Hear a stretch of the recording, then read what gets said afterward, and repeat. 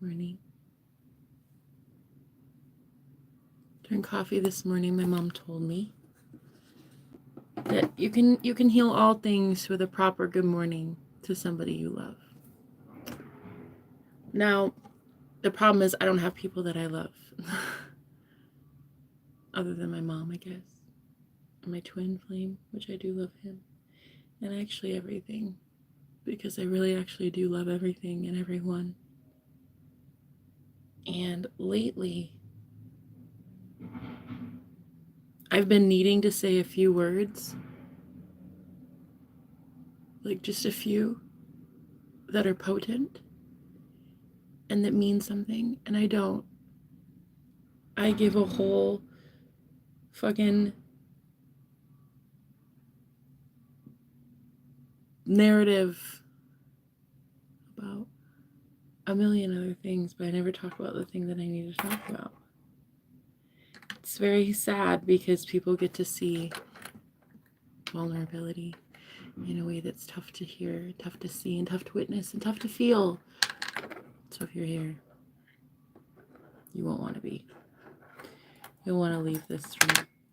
It's one of the sad ones. I'm wearing black today. Kind of feels like mourning. I'm mourning the old life that I used to have. I was so reckless in it. Carefree. Free. Very free.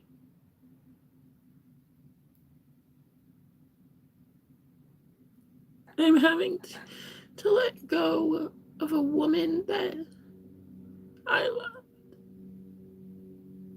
It's my own self.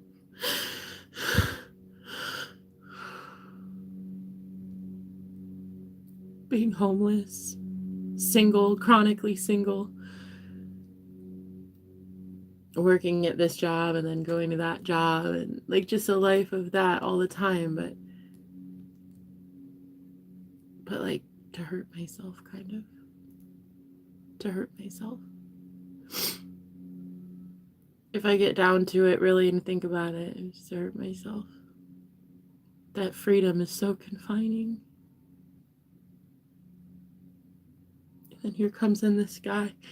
Everybody swears, you deserve love, you deserve love. Yeah. Great. So there's this guy and he's cute, good on paper, everything looks good, not a problem. I know he loves me, cares about me, all that good stuff, whatever. But it's like no one asks me. It's like no one stops to ask Jenna.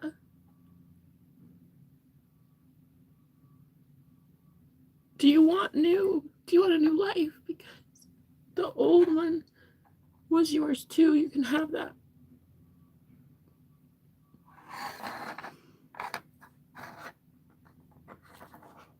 But what was it? Was it freedom? Sure. Feels so freeing. Having to pee at a McDonald's fucking restaurant at 9:58 p.m. because they close at 10, and then you have to go back and sleep in your car at the park on the curb. So freeing. That's the life. That's living the life of freedom, you know. Typical American dream. Everybody's got it. And mine happened to be getting to McDonald's to pee before they closed.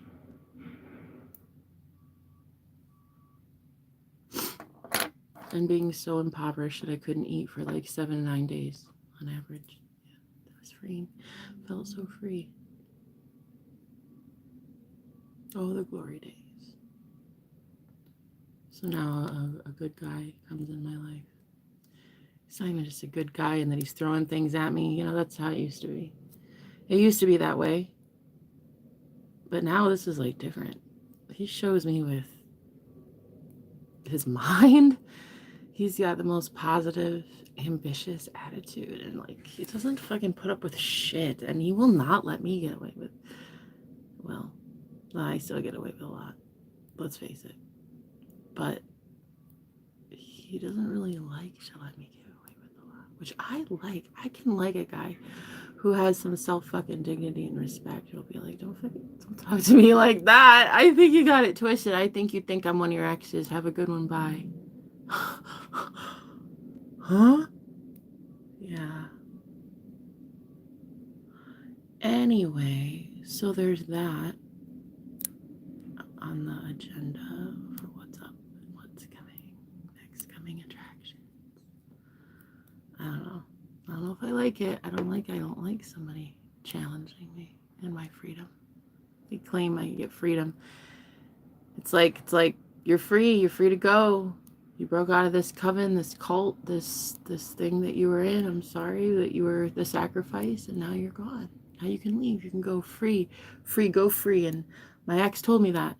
My ex said if I leave by the note on the door, the eviction notice on the door, that I don't owe him anything. Do you know how bad that feels?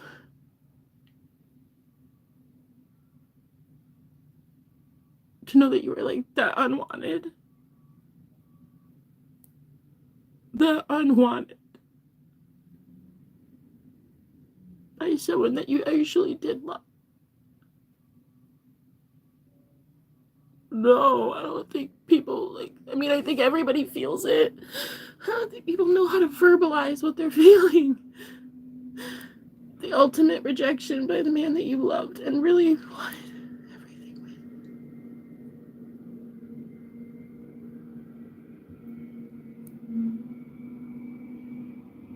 with. The date on the door for everybody to see. The shame and the shame that I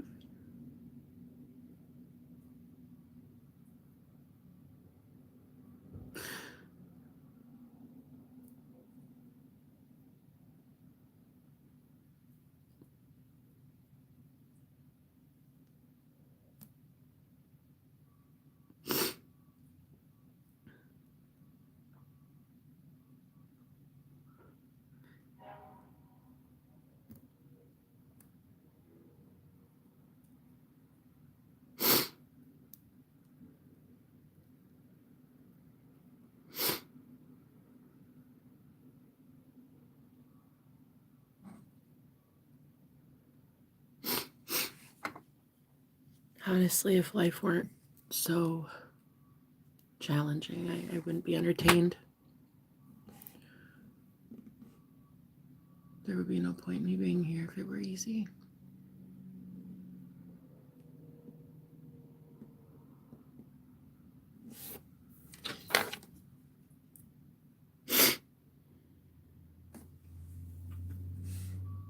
I see it for exactly what it is.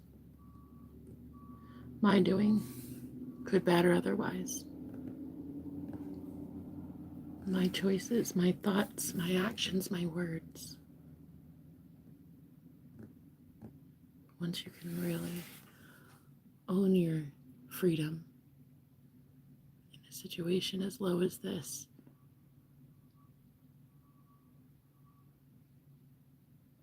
that's the true freedom and that's the true liberation that everybody's looking for. That's it right there. And there doesn't have to be anybody listening for that. You can say that to yourself in the mirror. You can say it in your head. But that true freedom is saying that no matter how much shame there is around me, no matter how much guilt people place on me, tarnished my name, called me a whole bunch of names, to really own it, to really own your goddess energy, your femininity, the beauty that is you, and say, I'm not what this world says I am. I'm not what this world made me out to be. I'm none of those things. And if you think of me as anything less than love, then you're wrong. And to really hold that, that's the true freedom. That's the freedom everybody's trying to find. And if only we could find it within, then we'd stop trying to find it without.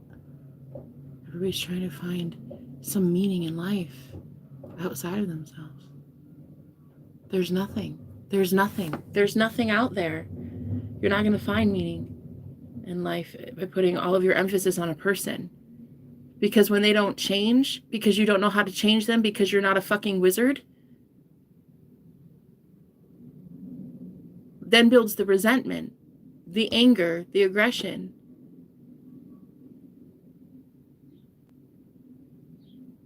And then you're on the road again, and then you're there all by yourself. Like it should have been all along. And if only we as women could realize the codependent natures within ourselves, and I understand why it's there. And I understand as a woman in this day and age that's trying to feed herself. I get it.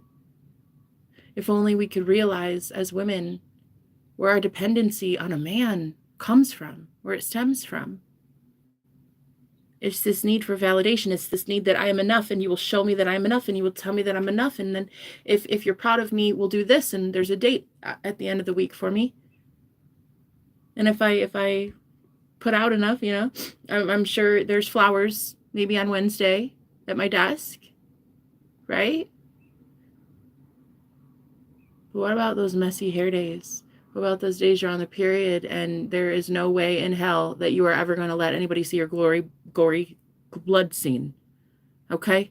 There is no way. What about the man that still says, I don't care, I fucking want what I want? It's not you, honey. It's never been a you thing. It's been, what do you expect men to show up as?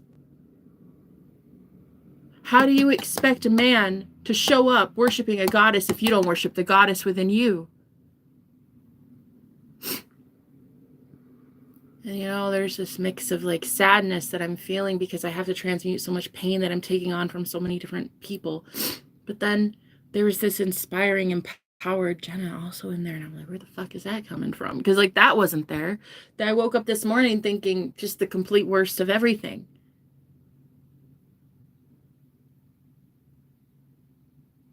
Then there's this like fire in my belly, and it's like, I gotta do something. I gotta take away my own pain. And that is how I worship the goddess. That is me. I take away my own pain. So I use this video vlog as a journal, and I just talk and talk and talk until I'm done. And then when I'm done, I just hit X and then click off, and then that's it, and I go about my day. And if people want to sit here, they can. If they don't have to. But this is what it is. No one's holding a gun to your head. If you think you can leave, please do so. If you think you can't leave, don't do so. I really don't care. But just know that this is how I honor the goddess within me, is by honoring my emotions. And any man that I'm with would honor the goddess in me by allowing me to express my goddamn emotions anytime I please. Damn well 2 a.m. on the phone. Hi, baby. I'm so sad. Boom. Honey. Oh, honey, what's going on? God treatment, goddess treatment. That is what I expect. And the universe knows that I expect this. So when I meet people that don't really ever do that, I am moving it on along. And that is exactly what's happening now. I'm not fighting this situation, this eviction, this forced obligatory removal of said entity from location and premise. But although I'm not fighting it, I'm having to see what it represents.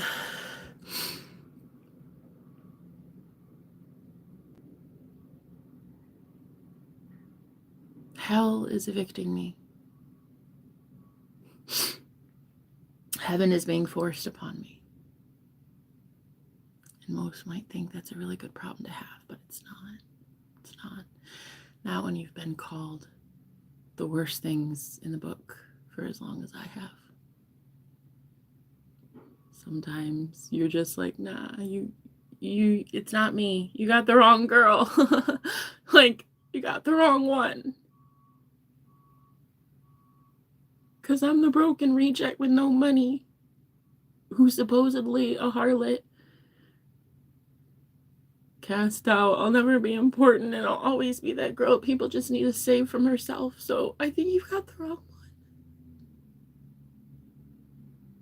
I think when you're trying to give heaven's passes, I think you're giving it to the wrong girl.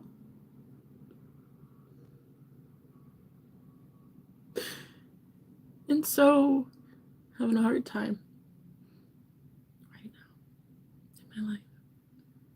Feeling like I want heaven. I don't want hell, but I don't know that I want heaven. You see what I'm saying? Sometimes you kind of get used to the middle. You get used to like life is kind of not horrible, but it's also never great. But it's like right in the middle of shit. You know? In the middle of absolute nothing. There's like cobwebs everywhere and those tumbleweeds blowing in the wind, and it's just the middle place. It's the middle place. It's not heaven, it's not hell, it's just the middle place. And you're there, all alone, in mediocrity, in your own brain. Everything's bland, everything's tasteless, everything's hopeless, everything's just kind of blah. It's the same thought a million times a day. It's the same day a million days in a row. It's the same life every day, every day, every day. Until one day you tap into the heaven a little bit. Just to see what it would be. And you like it. There's a little bit of heaven there. There's a little bit of goodness. But then you go back to the middle place. And it's another day and another day. But this time you've seen heaven. This time you felt something else. And you're like, okay, because I need more though. Because I need more. And then you go attempt to recreate the same thing again.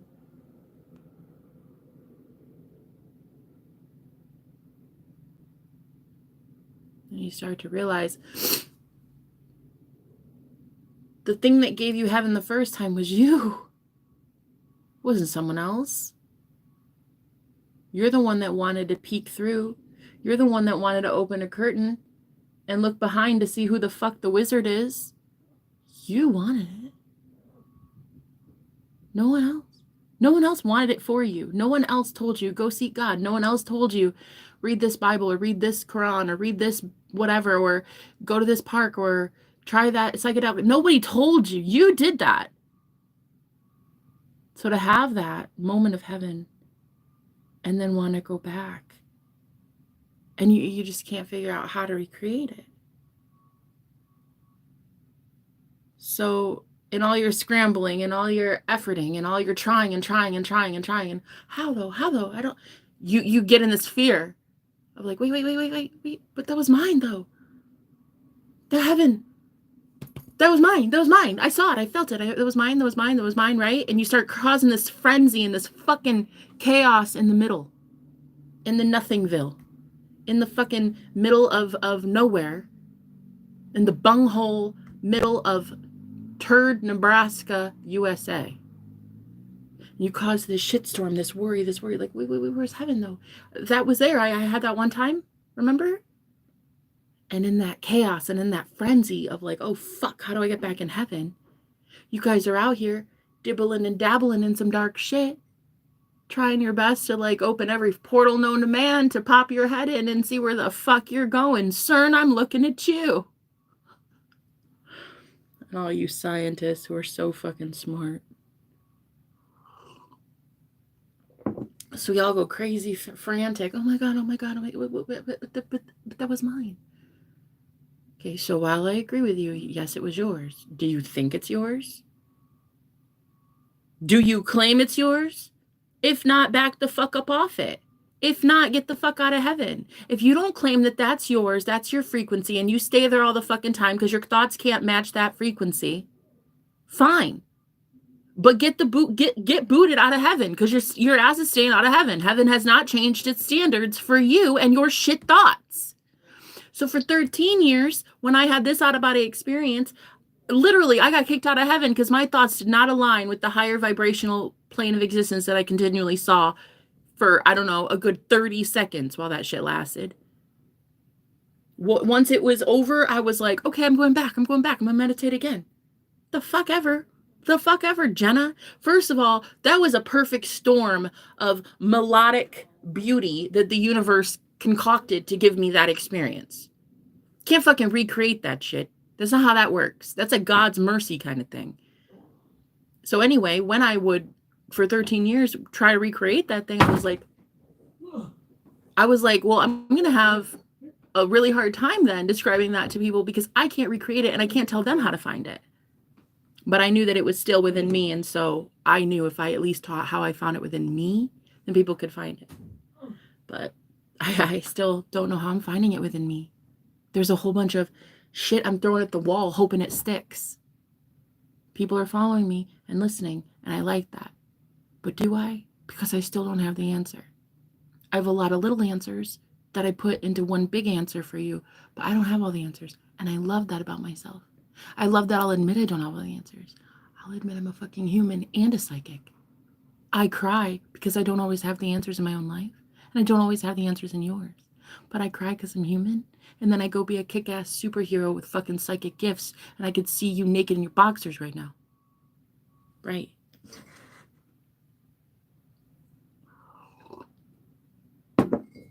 I'm allowed to have both. I'm a goddess.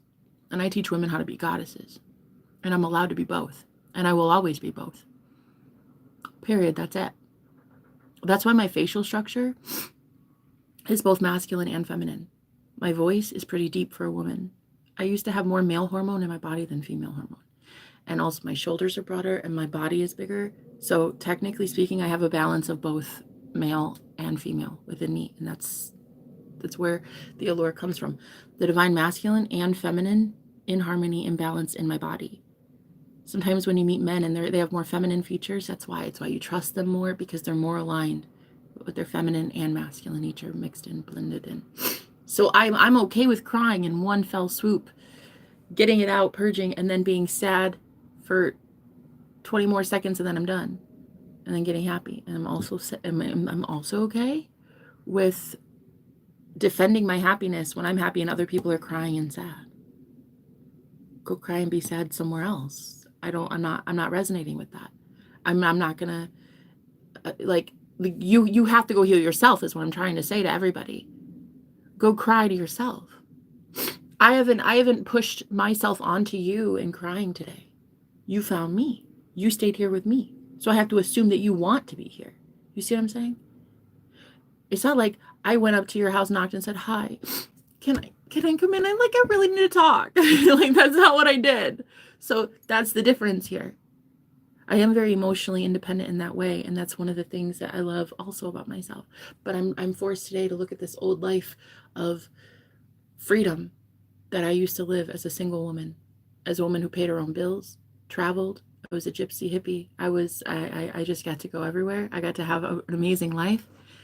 It is like 35 years of just being known as a rebel, being known as someone who, as the black sheep of the family, like never got along in any party function, any funeral, any event. It was like, I'll just always be that girl that's known for being the one that is just,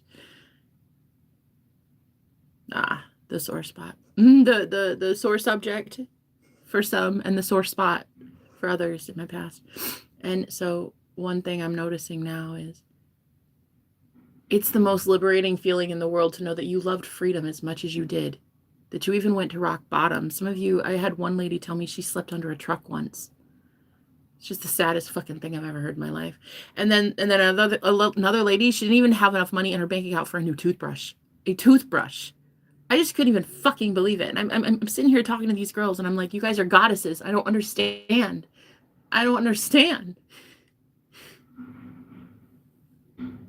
What is the problem?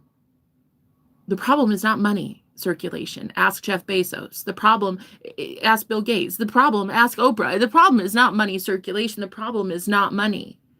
There's more money circulated every day, printed every day. There's more money than people in America alone. The problem is not money. The problem is our belief system that we're not allowed to have it. That's the real problem. And so as I talk to you today, and I'm like, you know what? This fighter that's in me, this Jenna that's in me, that's going to war against her own outdated, old, outlandish thoughts. That Jenna that's about to rise up and do something big. I don't know what. And honestly, I feel like a fuck up. But the life that I've lived. Most would call it loose. Most would call it carefree and reckless and too free. Most have names for me that didn't die out in the 1600s in the witch hunt, I'm telling you. But as much as I lived that life, there's also this new life that's being afforded to me, and it's like a life of settling down. A man, like a magician, just like me. I mean, he knows it too. He takes me to God. We do like the most amazing spiritual things together, and I'm seeing, it's transcendental. I'm seeing other fucking worlds. Like I'm literally, as a high priestess, as a psychic, able to see like a zoomed out version of what Earth is from clear the fuck wherever we go. Okay, because one, I've been eating some edibles lately, which I love, and that shit already has me in the clouds. And then he chimes in, starts doing some shamanic healing. Bitch, but next thing you know, we're both in the fucking clouds in like some other dimension. And I'm like, hi, how you doing? And he's like, yeah, it's kind of cool up here, huh? And we make all these plans. It is like,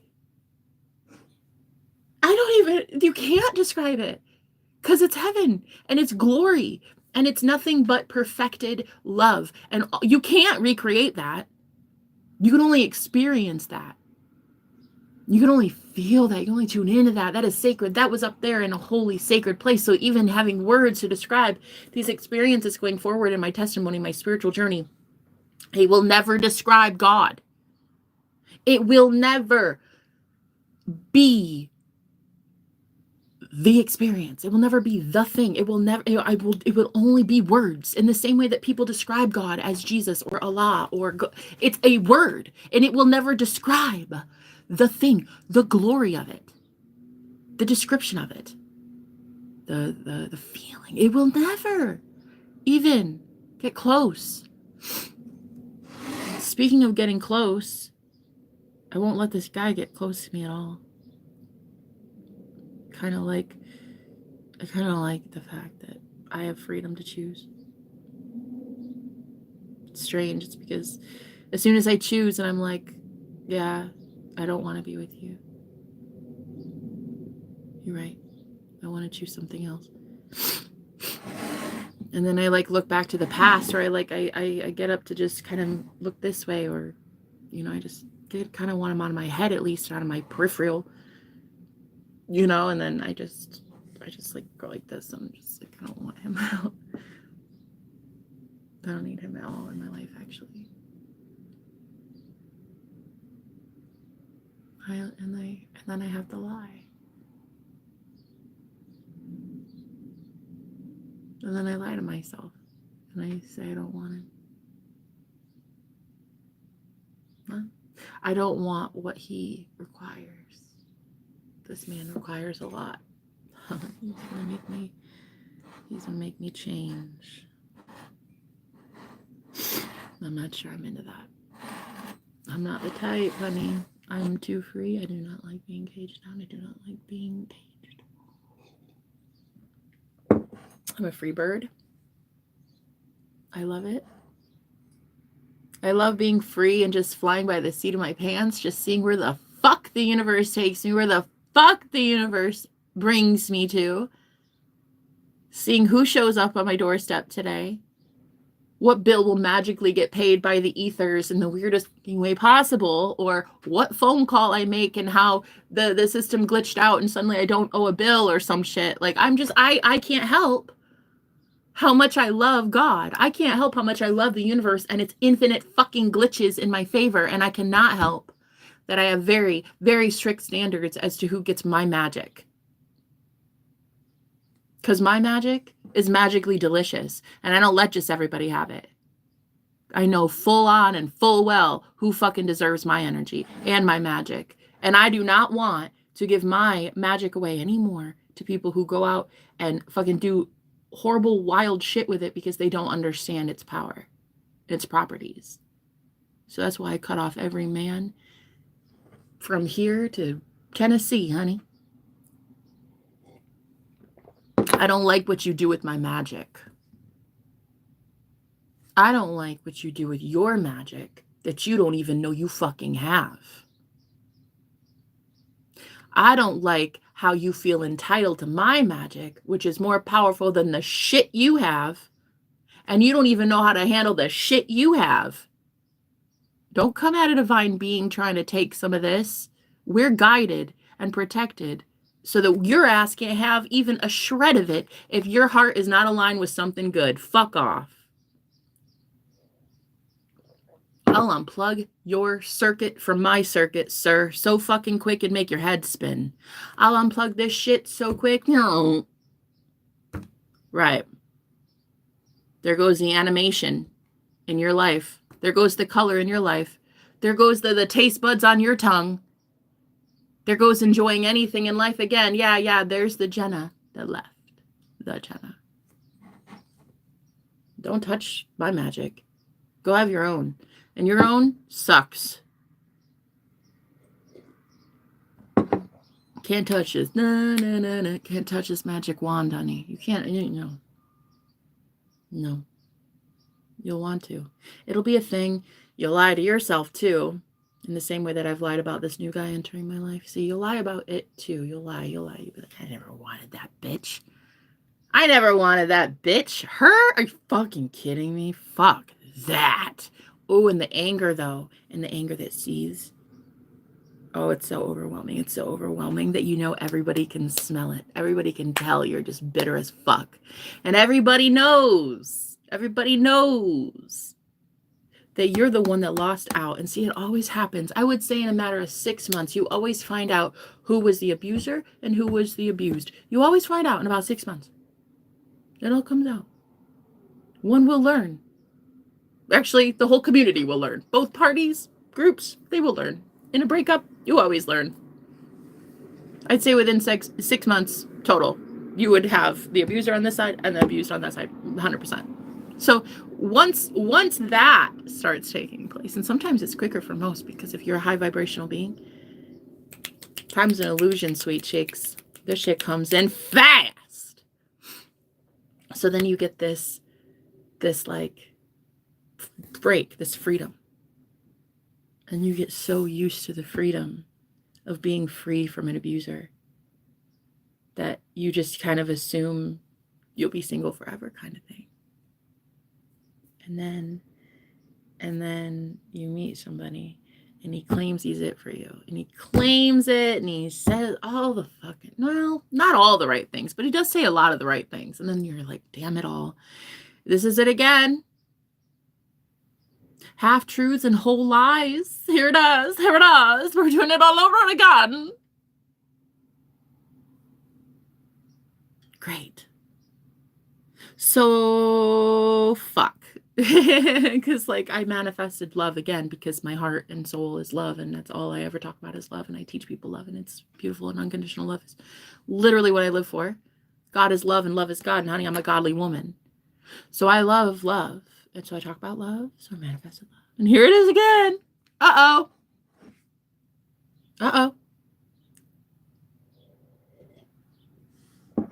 So there's a like that like feeling. Oh my God. That feeling. I could have kids. We could have like an apple orchard in our backyard. It could be like, we could have a farmhouse with like chickens. We could have like Pictionary night on Fridays with our friends. Like we could brew kombucha. We could play video games while high. We could have sex on the kitchen floor. We could get a chihuahua. We could fly a kite. We could go swimming in a pond in our backyard. We could literally fucking do anything we want. We are gods. And here's this man showing up claiming to be God. And here's this woman showing up claiming to be a goddess. And I'm not fucking around when I say it. So all of a sudden, the angels are like, all right, yes, bitch. Yes, bitch. We're watching. Look alive. You've been trained for this, Jenna. Look alive. And I'm like, I gotta go by. Not because of him, but because, whoa, I have to change. Maybe I don't. Maybe I don't have to change a lot of things. Maybe I'm allowed to say I'm enough.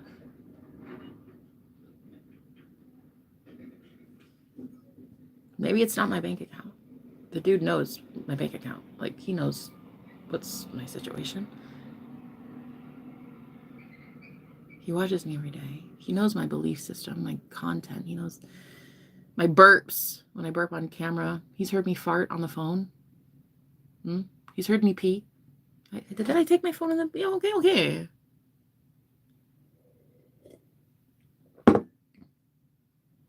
I've seen him in dreams. I've literally been out of my body with him. Okay, which was freaking nuts. Like, that was the craziest experience I've ever had with a human being ever. And yeah, and he knows my situation here. He's like way too close to the situation here. In that we all know the same people. So he knows everything about me, basically. Everything. Oh my God. But that's the thing. I'm scared he's going to know everything about me and then not love me. Or like worse, he's going to know everything about me and love me. Oh, fuck.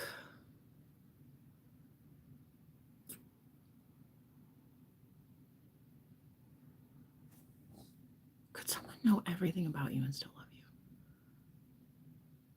Because I mean, I told him. I don't know. I'm thinking he does. Every time I push him away, he comes back. But I don't know. And I keep telling him, I'm like, that's not a spell. That's not a spell. We're not doing love spells. Because we're not. I'm like, we might be magicians, but we're not binding ourselves. If anything, I'm freeing you, and I do cord cutting, and I distance you, I push you away, and go away. And he even tells me, he even says, okay, I'm leaving. So like today, he said bye, and I said bye. Don't fucking let the door hit you where the good Lord split you. Like, I don't give a fuck. Please. I'm a goddess. I'll be out here being a goddess somewhere else. She. Just like I thought. He's watching me right now. Pretty sure. I don't know. I mean, I think so. But I don't know if that's true or not. I know that he just texted me.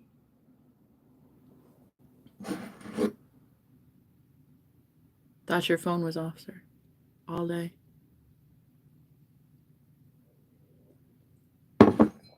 How? I don't get it. I don't understand a man that pursues me.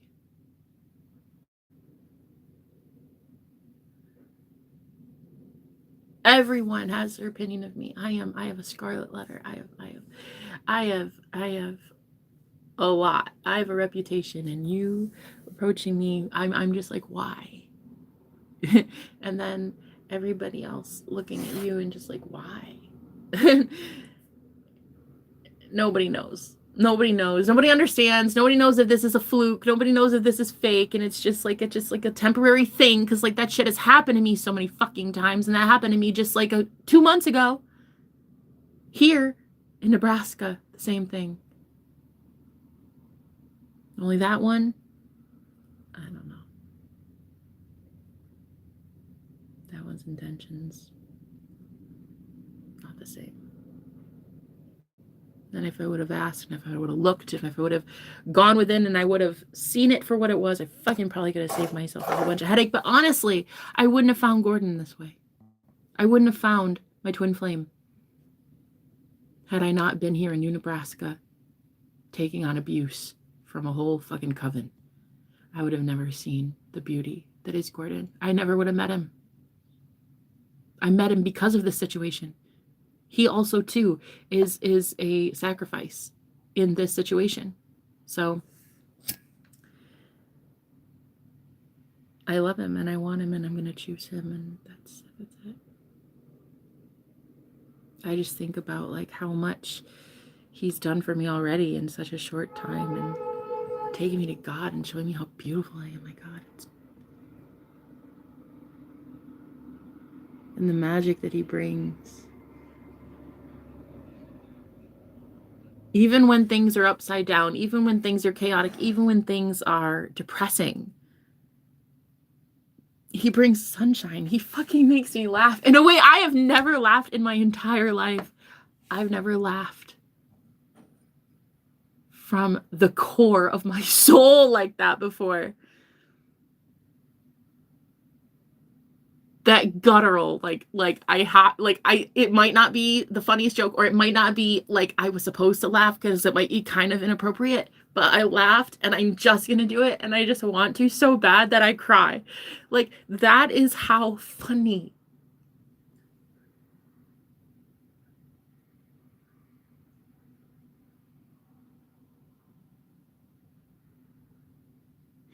And sometimes when he sounds like on the phone, he sounds like a 25-year-old, and I love seeing him so vibrant and energetic and happy, and just, I can't believe that I love somebody.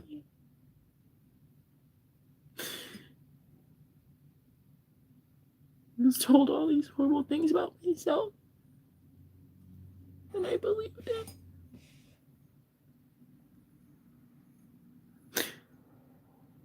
But now I'm believing other things because I see myself differently.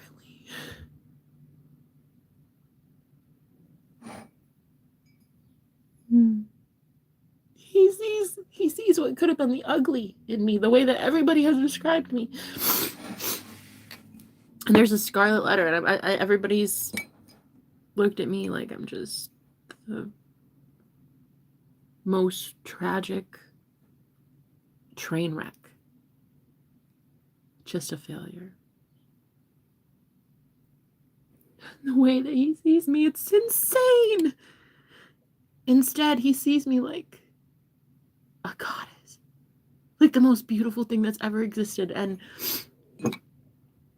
like, if he doesn't have me, he's gonna die. Like, that's how he feels. He just, and I don't even believe it. I look at it, I'm like, what do you mean? Like, what do you mean you watched all my live streams this week? Like, what do you mean you just were watching me? What do you mean you're dreaming of me? What do you mean? What do you mean you want to marry me? What do you mean you want to manifest a house for us? What do you mean? What do you mean you want to help people in the same way I do? What do you mean you're my twin flame? What do you mean? And he's saying it to me. I'm not saying it to him.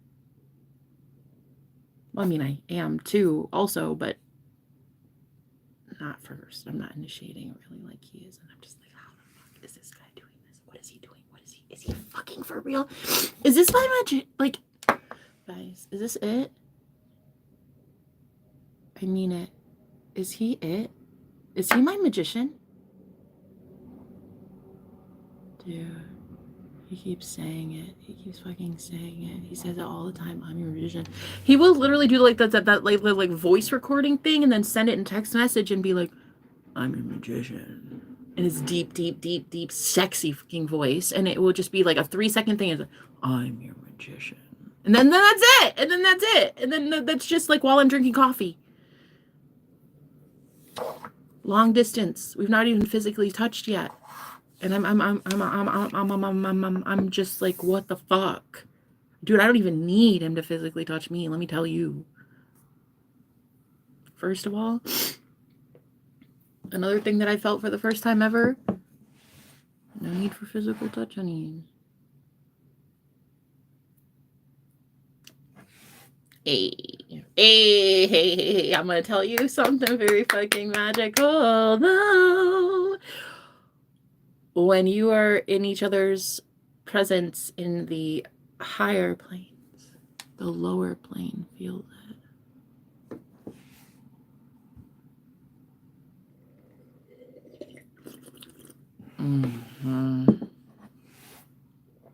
Also, another very great thing, when you are in the higher planes together and your lower self feels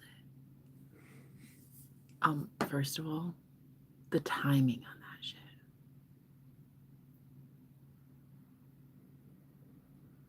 Impeccable. It is like your chakra system, their chakra system, same time. Boom. Hallelujah. Thank you, Jesus. I don't know what else to say. This is my vlog. You don't like it, get the fuck out of here. This is what it is. Spiritual union. Twin flame union for the win. Twin flame separation was when I was crying and everybody fucking had a field day and they were so happy that I was sad and depressed and suicidal and broke and impoverished and homeless. Yeah. Remember that. Right. And now I'm in twin flame union helping other women acclimate to the heaven and nirvana that they created for themselves. How fucking glorious is that, right? How amazing is this life that it can change so drastically and so radically overnight? Meeting him, I literally said goodbye to Augustine. I said, you can have her. He was cheating on me with his ex, and I said, you can have her. 12 hours later, I met Gordon. So, yeah, it's like that. It's like that. It's like instant heaven when people finally decide that they want instant heaven. It's like that. The hermits like me who have been spiritually awakened for a very long time, dead in Christ, waiting to be risen up. Dead in Christ. The dead in Christ shall rise first. The dead in Christ shall rise first. Biblical. When you guys rise, everybody rises. You're the ones out here leading people. You're the ones out here inspiring others. The dead in Christ are rising first, and that's you guys. You've been dead in Christ, but you willingly did that as Christ. You willingly sacrificed yourself to be here in the 3D physical simulation video game matrix. It's fucking fun. Walk around, tell someone else they're in a matrix. That shit's fun. If they say, what are you talking about? Move along. Matrix. That movie was created in 2003. Neo. Okay, bye. Bye. Go find the real ones, bitch. Go talk a big game about the Matrix. Run around in this simulation, and when you guys keep getting in that fearful energy, because you can't find somebody else with some intelligence and wits about them, you guys going around like a fucking ping pong. Boom, ding, ding, ding, ding, ding, ding, ding. Do you know what you're doing in the fucking universe, bro? Do you know what you're doing in the 4D? Bro, sit your ass down. You look fucking ridiculous in the astral plane. Those with eyes to see, look at your ass up there thinking you look like a total doofus. Oh, like I'm gonna go fucking meddle around in some shit. You don't even know what the fuck you're doing. Sit down. People like me would tell your ass to get the fuck out of the astral plane. Stop astral projecting. You look like a dumbass. Oh, but I got this like new spiritual gift though, and I know like ain't that great? I don't give a fuck. Watch that karma pile up on dad ass because you don't know what the fuck you're doing. Bruh, there are seriously rules, spiritual laws that you guys are breaking because you guys want to meddle with some shit you don't understand yet. Fine, have at it. But when you fuck up and you get those spiritual rules wrong and the karma list just keeps piling up because they're your belief system, you're either going to want to be free or you're going to want to be enslaved to that. You make up your fucking mind. But I would stop what you're doing if you don't fucking know what you're doing. I'm looking at you, new Ouija board members. Got it at Toys R Us, so suddenly think you're like the everything. Hey, I get it. I love a Ouija board. I would totally use one if I needed one, but I am a Ouija board. I don't fucking need one. But if you need one, totally cool. But like, make sure you're getting that shit right. It's the same with going into the astral plane. It's the same with astral projection. Get that shit right or you're going to get it hella wrong. Because one thing I've noticed when I've been out of my body in the astral plane is if I go around causing mayhem, getting a little bit rowdy, a little bit loud, people start noticing, honey, and things and energies start noticing. And I have seen some zombie-looking motherfuckers come chase my ass in the astral plane before. So I know all too well what it's like to meddle around on some spiritual shit, because as cool as it is, because we're all, the veil is so thin right now in fall in the northern hemisphere. The veil is so thin for us right now. And you can see through shit. And if you're psychic, you can see things. You can, eyes to see, ears to hear kind of shit. But like, really, stop dibbling and dabbling, girl, because you don't know what the fuck you're doing. Careful. That's all I'm trying to say. Because when your spirit guides tell me something, you know, you come to my channel and spirit tells me to tell you a thing or two about the shit you're doing and you don't want to change it, totally fine. Get the fuck off my live stream, first of all. Girl, I boot you. I will boot you out. Okay? You either listen or you listen. These are only two choices you have on my channel. Okay? Because I read for psychics. I read for high priests and priestesses. And I am here to deliver messages from the Most High. So if you don't like that, you can go somewhere else. In fact, I would highly suggest you go somewhere else because you're going to need someone else who can tone it down for you because your ass hates truth. Somebody in this chat right now, and I know because my nose is running, and sometimes when I know my nose itches or it's runny is when I'm channeling for a channeler. So whoever I'm channeling for right now, like, listen, you've got this whole fucking trail of energies following your ass in the fourth dimension. All right. All right. All right. Because you're a medium. You're looking out here like you're a medium. You're from above to the bottom. Girl, you are a fucking medium, whoever this is. And I'm telling you right now, you're doing some shit. You're doing some shit. You're getting it caught up. Okay? and whoever just joined in, okay? There is a line of, I'm not entirely... Well, I'm kind of thinking dead people. Honestly, I'm getting that. These are souls that have crossed over and whew, whoever just showed up. Yeah. Yeah. Wow. Long line. And you know what's weird? I'm going to tell you. 8:58 on my other phone. My other phone doesn't have internet. So tell me why I just got a fucking a notification on my phone. I don't understand. Listen, somebody here is a psychic, a straight up psychic medium, honey, and also a channeler too. Oh yeah. I heard something about like the festivities when you light up. Okay, so some about like Christmas, November holidays are going to be good for whoever you are because you're going to be, I don't know, some about like you're going to be way more active in expressing who you are and your gifts in like December-ish. Okay, I am getting that for somebody. You could be a Scorpio, or a Scorpio on the other side wants to connect with you. I'm also hearing birds. Lots of birds right now are trying to contact this medium. Okay, the psychic medium that I'm channeling for. Birds too. Yeah, wow. You guys. Because you're a channeler. You could fucking hear. Wow, dude. Who am I reading for?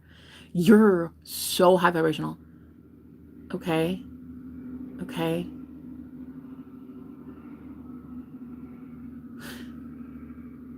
It's so weird.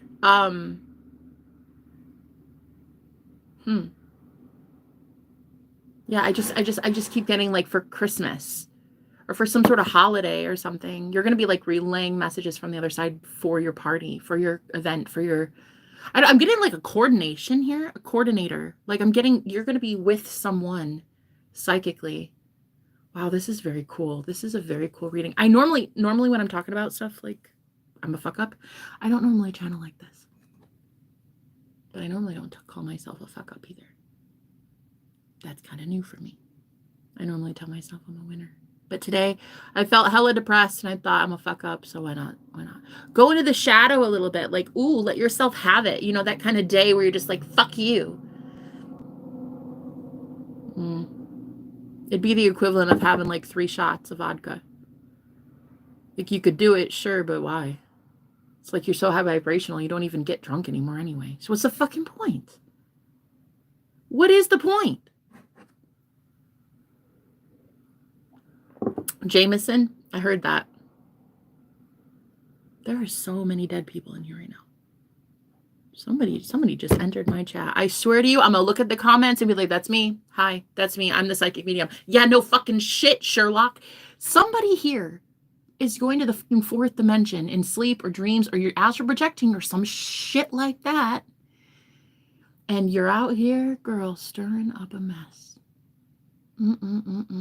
Everybody and their uncle needs your fucking help.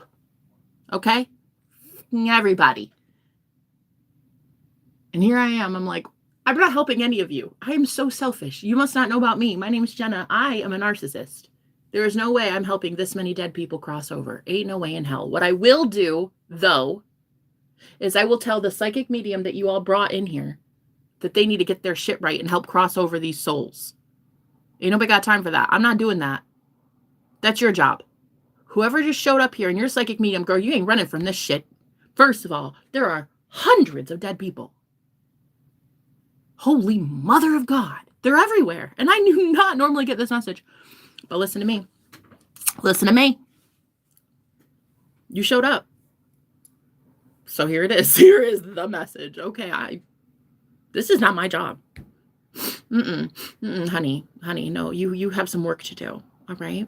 I highly, highly suggest doing what the fuck spirit keeps telling you to do.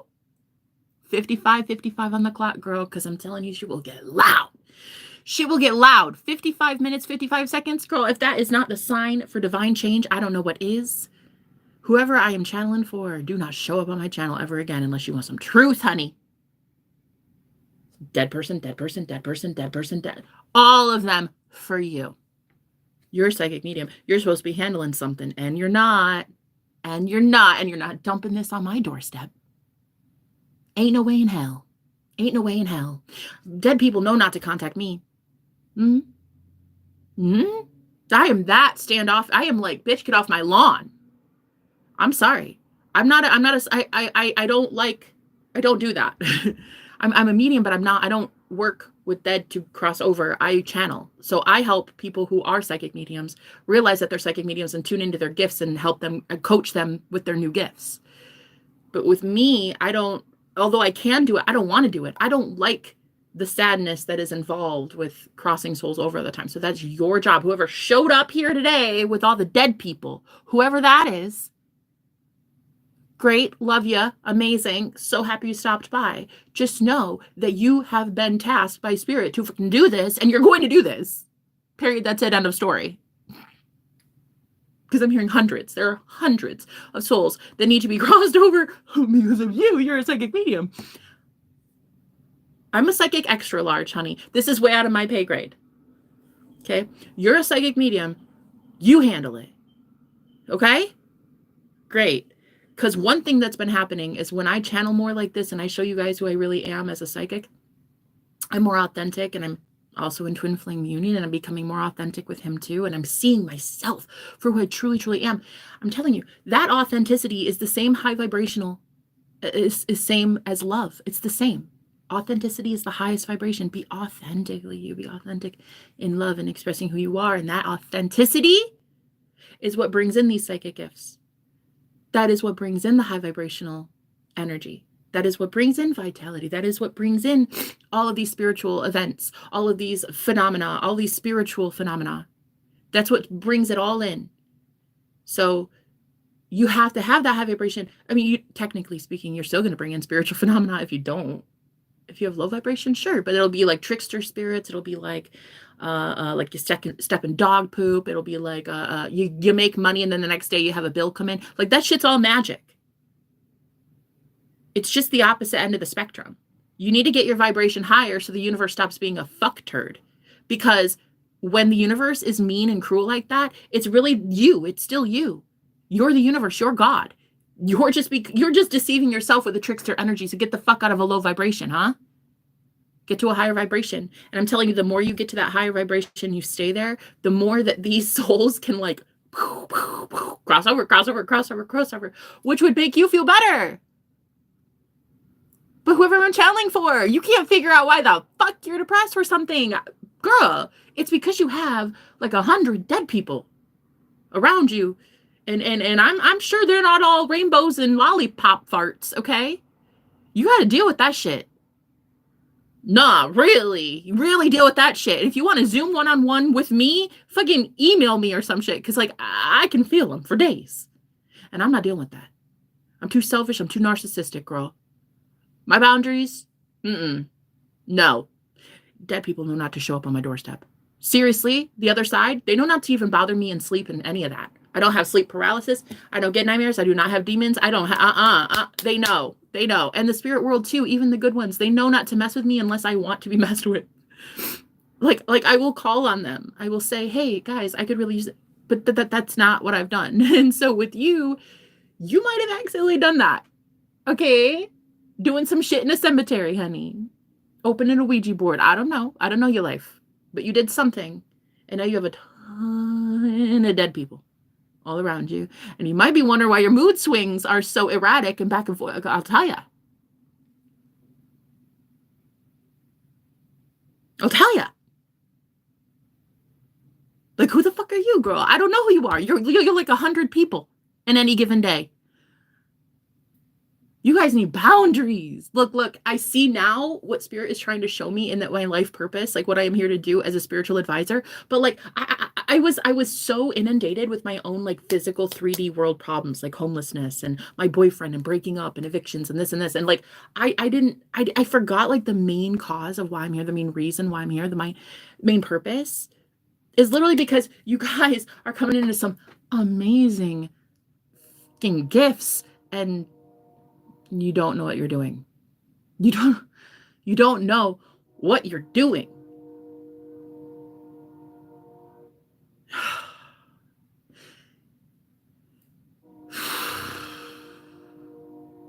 Wow.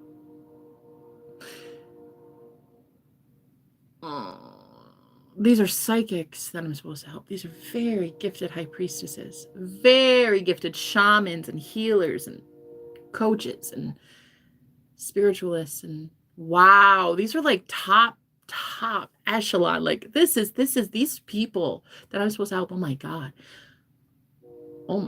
They talk to the birds is what I'm hearing. Like these people are so spiritually gifted and psychic. Oh my God.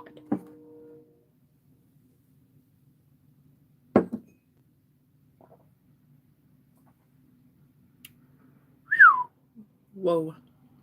The things they can do. Whoa, the things they can do and the things that I'm going to channel for them. Oh my God. Whew. So I'm getting a lot of news that I'm actually not a fuck up after all. Thank you, God. Thank you, God, for showing me that. Wow. Turns out I'm not a fuck up. Turns out the world fucked up. Looks like the world can change its mind about me because I'm not changing my mind about the world. Society sucks. Society has fallen. It's already over. The veil's already pierced. That shit already happened. You already see it when you see glitches in the Matrix. You already see it when you see the Mandela effect. The glitch already happened. The Matrix has already been hacked and given back over to God. It's already yours. The Matrix is now yours. This video game is now yours. You now own it. You've created it for you, by you, about you, so you can enjoy you and you in someone else and you in everyone else. And this is your video game. And now the more you know that, the more you beat ignorance. The only thing you're even trying to compete with is your old self. The thing you're trying to destroy is ignorance itself, not people. Not even companies, corporations, not ignorance. All we're trying to defeat is ignorance. That's it. That's it. Knowledge is power. So to be all powerful, you have to have all knowledge. So remove all parts of you that try to contain knowledge. But that part of you is accessing that knowledge through different portals, different avenues, and it's not supposed to be. It's supposed to be getting it through the divine. And you have one teacher, as Jesus said. I think in some book he said, you have one teacher. Was it Mark? You have one teacher. That's your higher self. Wow. I really am enjoying this today, guys. This today is a day where I got broken up with. Well, technically, I don't know what my relationship status is. I don't know much of anything. All I know is I ate an edible today and I feel lovely. But this one thing with my boyfriend is starting to piss me the fuck off. It's starting to piss me right the fuck off. And it's like my heart is what's pissing me off. It's me. It's not God. It's not him. It's me. And I see it. Okay, there. I said it. I see it, okay? Are you fucking happy? I see that it's not you. Okay, congratulations. Wow, okay. Isn't that so fantastic? Wow, okay. So he's not a dick. Okay, woo! Congrats. Like my spirit team brought in a guy that's not a dick bag. Amazing. But now we need to fix me because I'm the dick bag.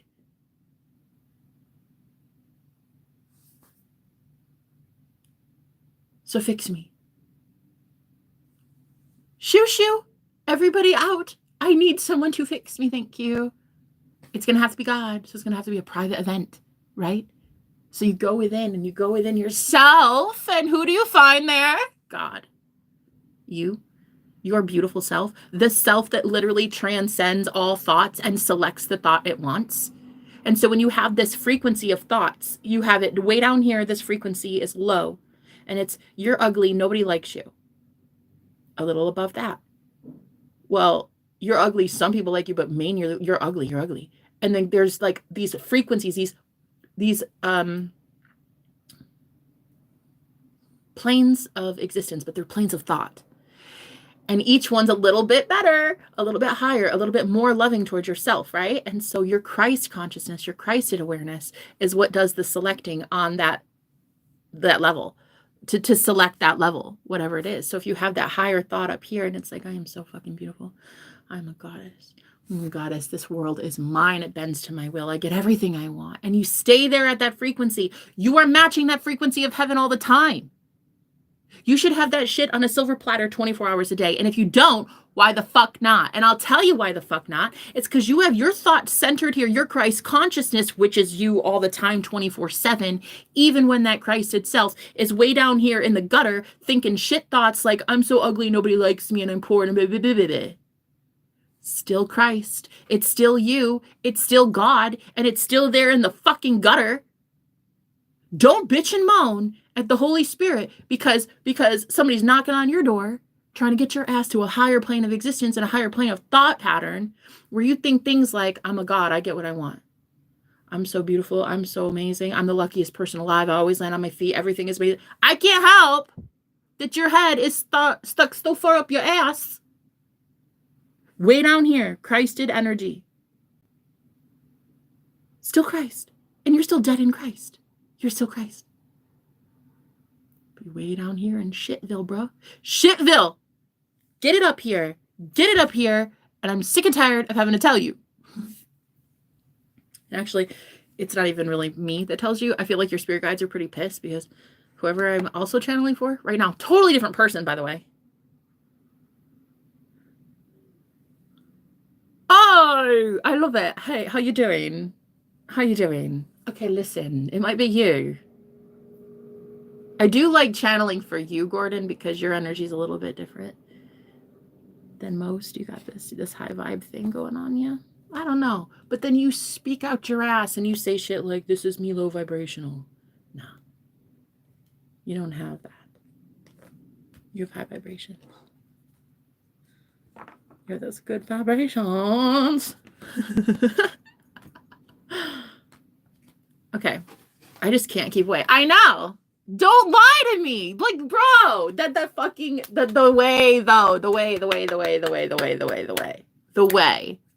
way today. You try to convince me I was a problem. Bitch, I am not the problem. I'm the solution. I am your solution. And you're mine. So we better start getting eye to eye. We better start learning some things. Because I'm going to learn you, sir. I'm going to learn you good. I'm going to study the shit out of you. Mm-hmm.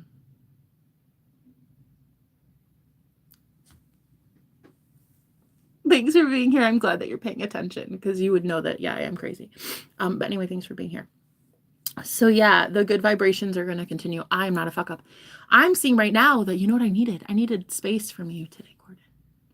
I needed to see what makes me so amazing. Why do you keep telling me I'm amazing if I don't believe it? Right. You might as well save your time. If I don't believe when a man is telling me that I'm a goddess and I'm gorgeous and my body is flawless and I'm literally all he thinks about. If I don't believe that shit, when a good-hearted man is telling me 24/7, Sorry, but I actually kind of don't deserve him. Really, really.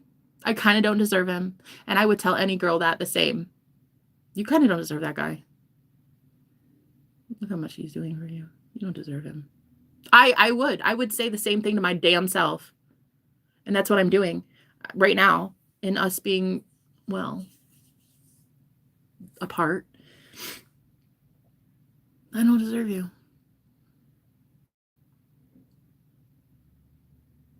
You're too good for me. Oh, fuck up. So go away. Go away. Go away, Gordon. Go away. Leave. Go. I mean that. I do mean that.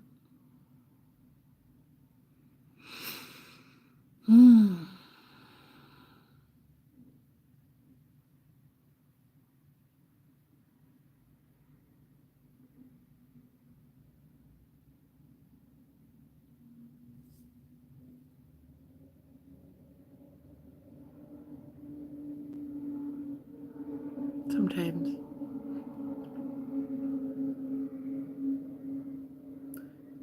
It's not really that I'm bipolar. It's just that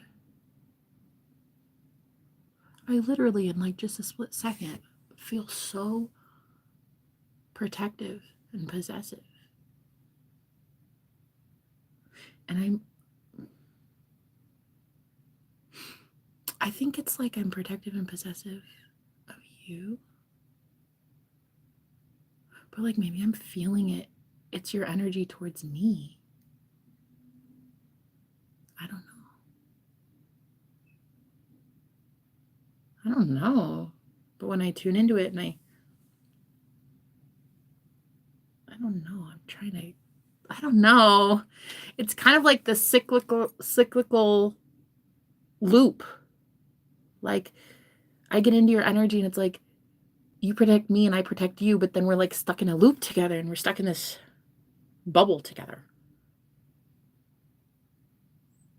I don't know. Fucking don't know if I like it either. I don't know if I like it. I used to be free.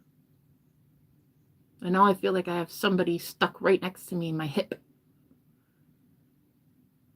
And they're like, this is your twin flame. I'm like, I don't fucking care what he is.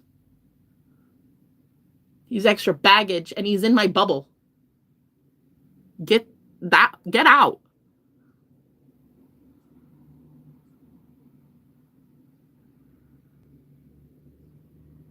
But then they're like, but he's sweet though, isn't he? He's a nice guy. He might be nice, sure. I've seen nice men before.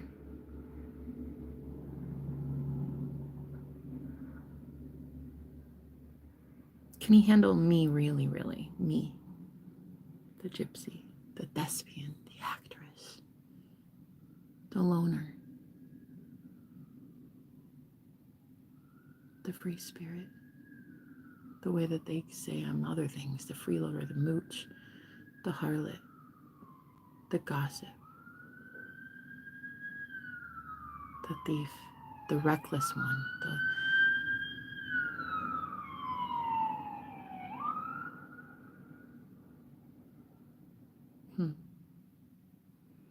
He seems to think that he can handle it.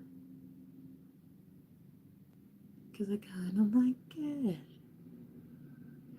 The way that he keeps walking right towards me, he's on the way. And I might like the way that he sees me. I might like it a little too much. And I can understand when he wants to touch. And why he needs to be in my bubble. Like boundaries much.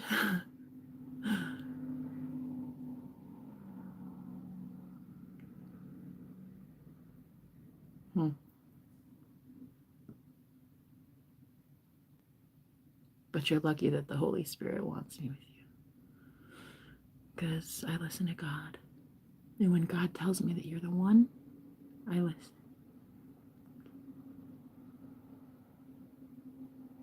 God tells me that you're the one. Mm-hmm.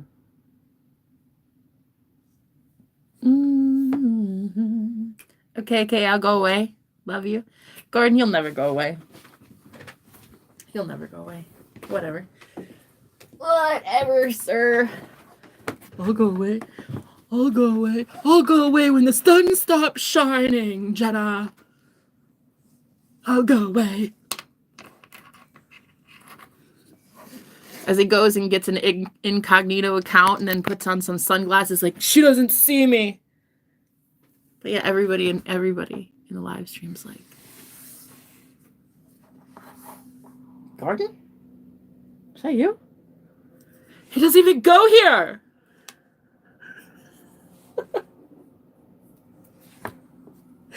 Look at him. Look at him.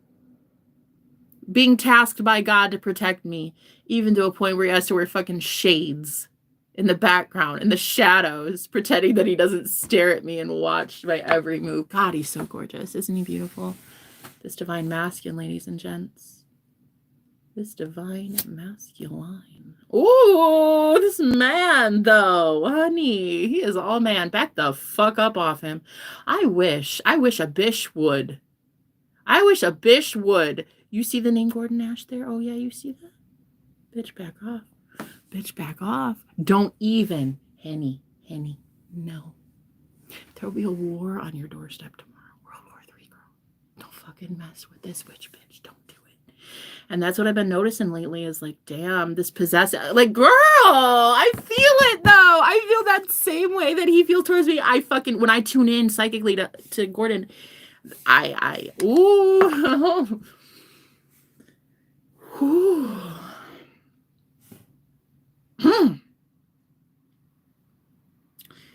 Yes. What was he saying? Hello.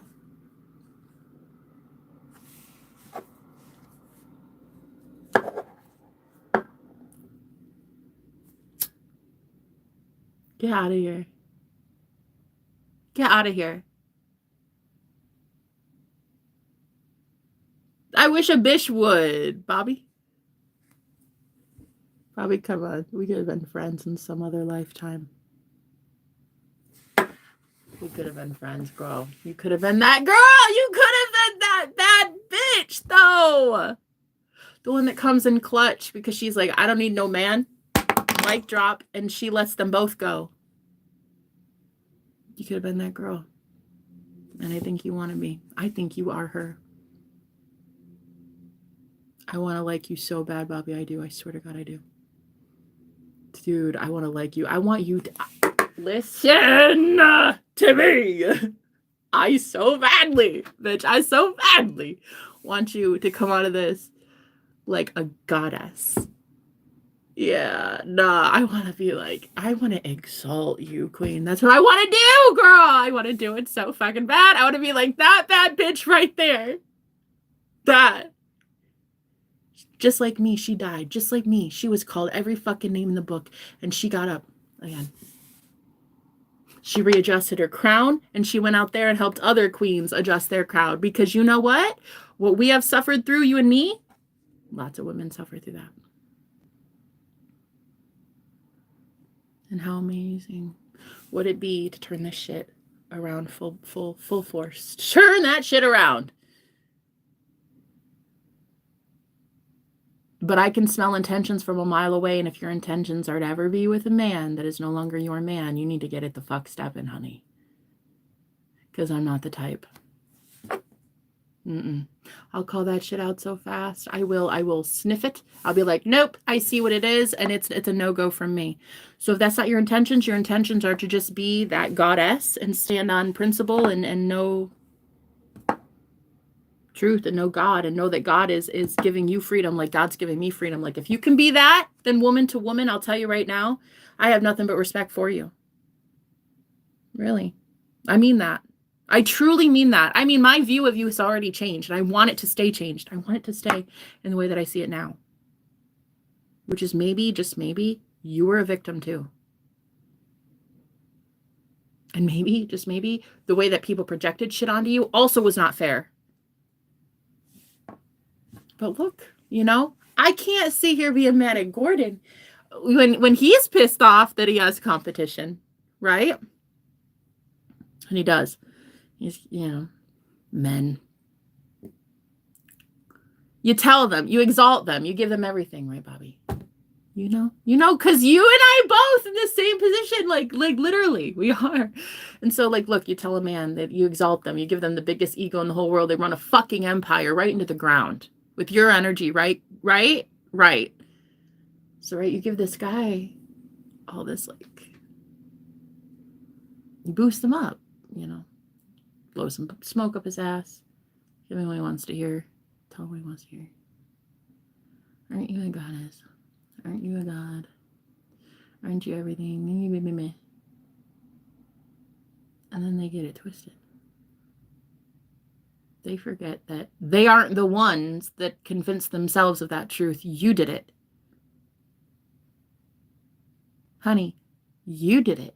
You built up that man, gave him an entire empire.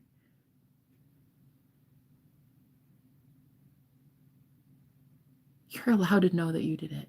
You're allowed to know that you are that bad bitch. You are allowed to know that you are the goddess. I see you're as an awesome human now. Wow, Bobby. Can I tell these people this story? I never want to shame her ever. This woman, this beautiful, gorgeous woman, I see as a divine being. And this is the woman that stole my boyfriend. Honey, she's like, girl, I helped you dodge a bullet, bitch, and you know it. Fucking A, watch us be best friends now. I'm not kidding. She literally, yeah. Okay, well, it did happen. She stole my boyfriend. You know, my boyfriend cheated on me with Bobby, and that's okay. It's okay. I actually, they shared at one time a family together, and so I actually thought that they could establish it again. I wanted that for them. I really thought that if I could back out and just kind of be more to myself in the shadows and just figure out where my life is going and give them the time to have their family, they can do that. And so that's okay. That's okay. See, I would never blame you. But to see the change in you, and is the most wild fucking thing ever. You're the fucking realest one here. You're supposed to be my arch nemesis, and bitch, I think you are my best friend. No shit. Dude, I'm fucking smoking a J with you would be so fucking fun. I think people would just be like, plot twist. Well, see, here's the story. Bobby here stole my boyfriend, right? So in a weird twist of fate, guess who contacted me one day? Bobby's husband emailed me.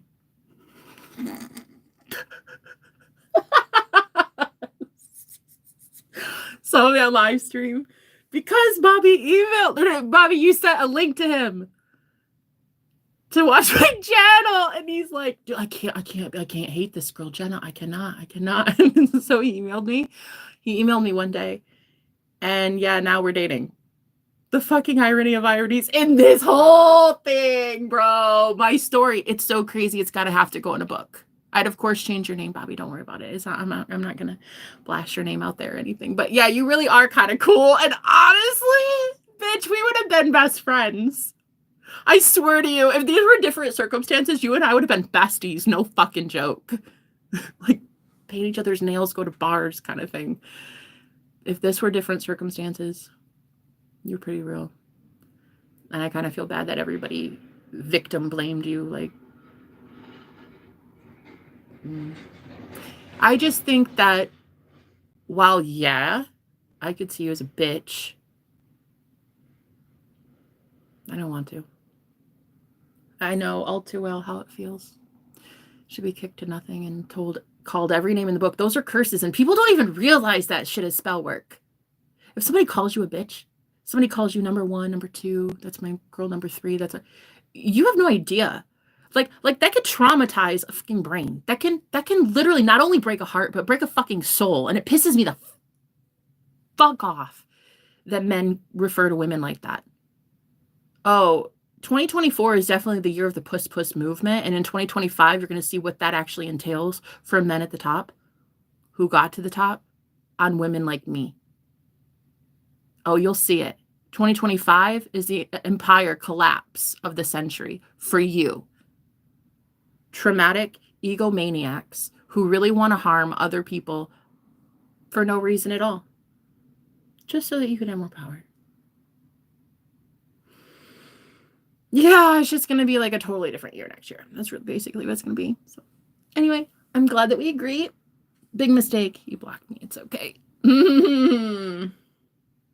At the end of the day, I think it is quite comical how the universe has strategically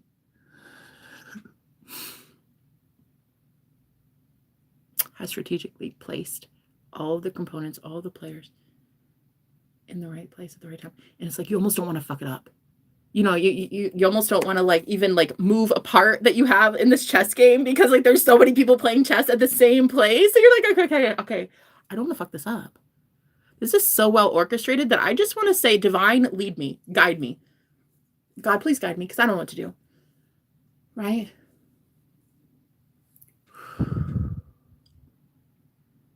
Because there are so many moving parts. And it really, you need to have boundaries. You need to have discipline. You need to see that some people don't get to go with you into the future. And it's just not going to happen. Like, God will not allow it. It's a frequency shift. You hear the siren? It's a frequency shift. So even though I like you, and I do, Bobby, I really actually do, kind of. We don't get to be friends.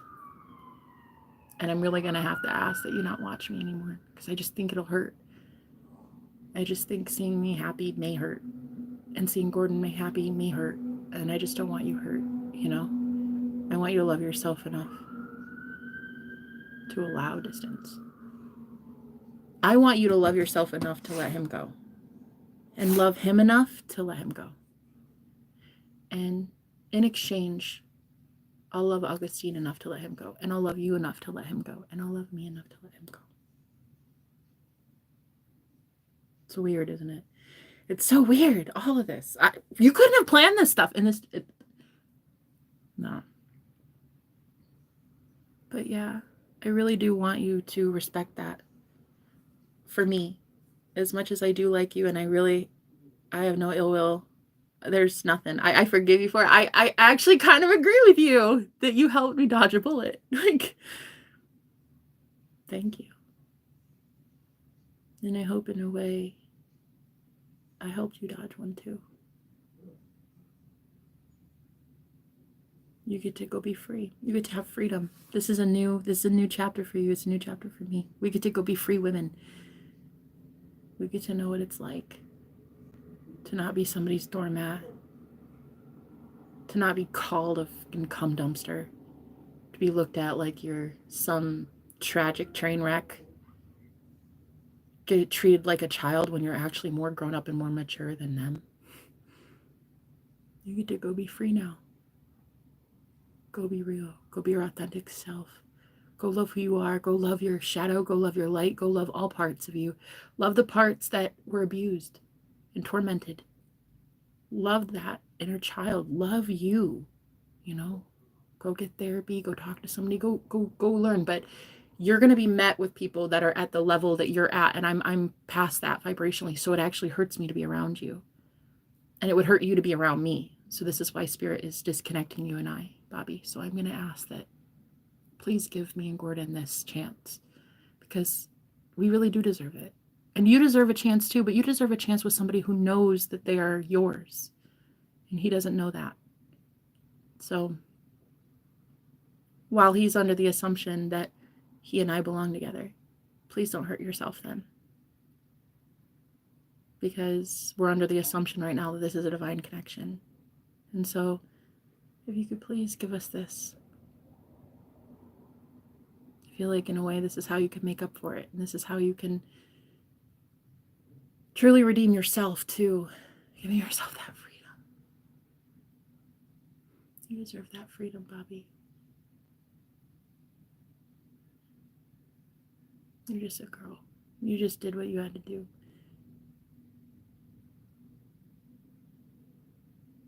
You're actually kind of kick ass. I'm not kidding. I actually, I don't know, like, I really look up to you.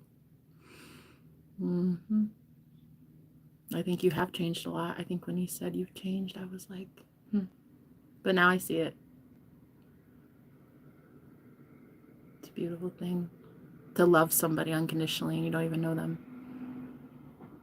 Or even if you do, like Gordon, you know him, and you love him unconditionally enough to let him go. It's a beautiful thing. If it comes back, it's yours, and that's how you'll know.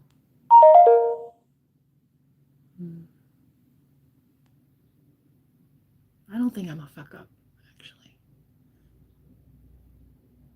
I think by societal standards, I'm a fuck up. I think by 401k standards, I'm a fuck up.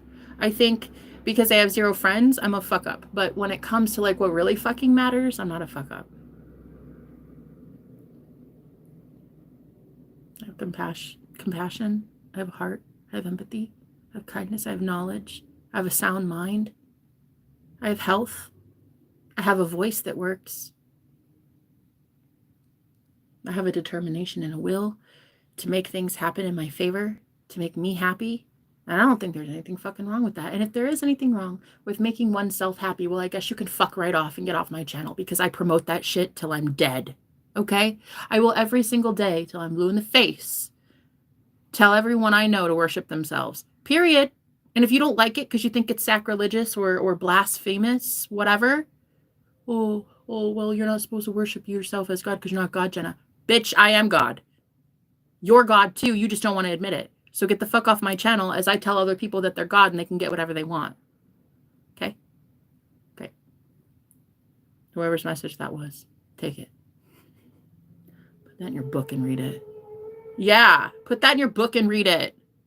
If I want to tell somebody that they can worship themselves in the mirror and tell themselves they're gorgeous, they're rich, they're beautiful, they're amazing, they've healed their body, they're the sexiest thing on the planet, I will fucking do so. I will sit here every single day till I'm blue in the face. Bitch, come at me.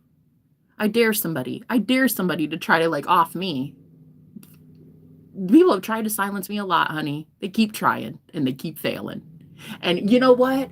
The God of fucking plot twists, whatever God it is that I serve, seems to have a hell of an imagination to give some hellish consequences to people who ever try it with me.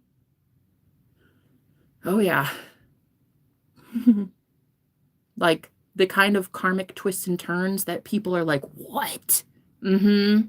Right. Plot twists. Ace in the hole. Right. Always a trick up my sleeve. And people are like, how though? Well, because I worship a very, very, very, very, very powerful God. Very powerful. The most powerful that exists. Pure love. Pure unconditional love. And if I can tune into that shit and hold that frequency and hold that vibration, good shit happens in my life. Crazy shit happens in my life. Things that people don't even understand. You can't even understand the concept that in 2023 I had free rent. I lived in an apartment by myself, a studio apartment. I had free rent. And then in this year, I was homeless. And most people don't understand that me, as a conscious creator, created both of it. I wanted to see the duality.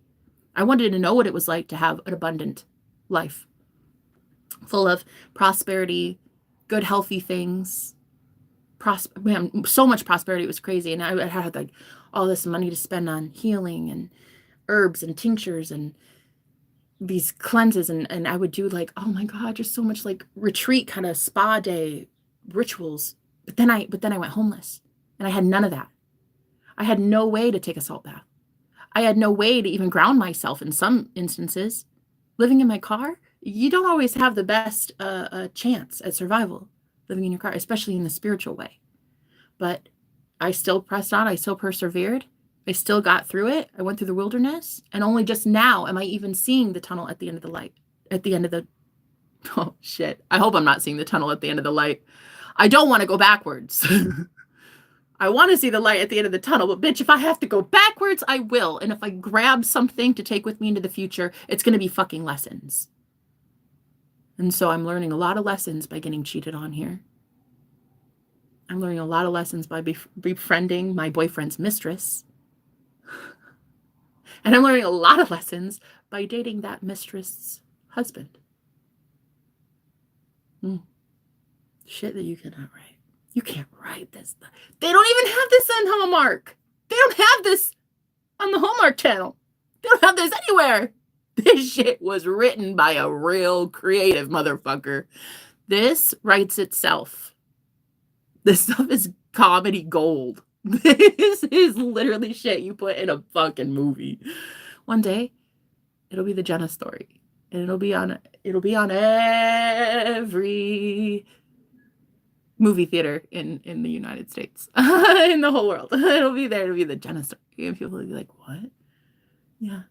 I might call Nicholas Sparks and give him this beautiful love story and see if he can recreate it. I doubt it. It took 35 years to manufacture this masterpiece. It's not going to be an hour-long film, honey. This is an everyday kind of occurrence. This is a 24/7, you have to live Jenna kind of experience. This is, you have to live to hear her testimony. You have to be part of her world for a split second to be part of her testimony. You don't get to just read about her testimony. You have to be it. Ooh, love it. You have to be my testimony. Can you be my testimony? Because if you can, then I'll change your name for security and privacy purposes. Let's see. Oh, you're such a big heart. I'm feeling blessed to have witnessed this moment. Oh my gosh, that's beautiful. Thank you, honey. Yeah, thank you. Same. I see her as an awesome. Yeah. Oh. Thank you so much.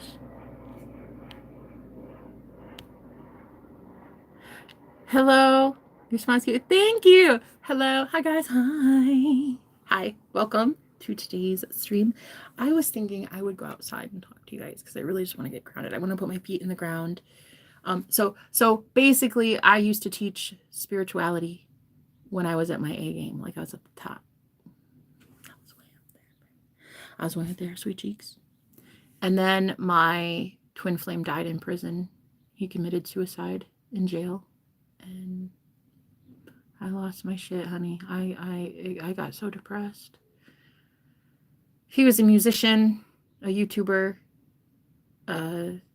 He produced like videos and stuff and music videos and things like that. It was kind of cool knowing him, and then I didn't even get to be with him. I met him in 2019, fell in love, even divorced my husband because I was so in love. And I just knew that the marriage I was in was not love. It was not love. And I didn't want to be there anymore. And then I finally met Mike. Like, I mean, he entered my life the month after I had my near-death experience. And I just knew. Like, I knew when we glitched out the fucking system, bro. We would have, like, these glitches on either side of technology. Things would, like, just vanish out of thin air, reappear out of thin air. Like things were getting weird. It was getting very weird. And I just always called Mike my magician, right? Well, then after I divorced in 2019, it was like July-ish, I think. Something like that. I think July, August, something like that. I went to go live with my parents. I was paying rent in my parents' spare bedroom after my divorce.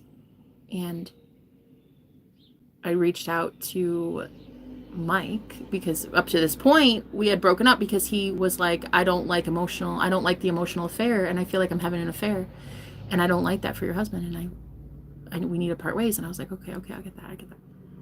Well, he didn't believe me though, that I was really truly leaving my husband.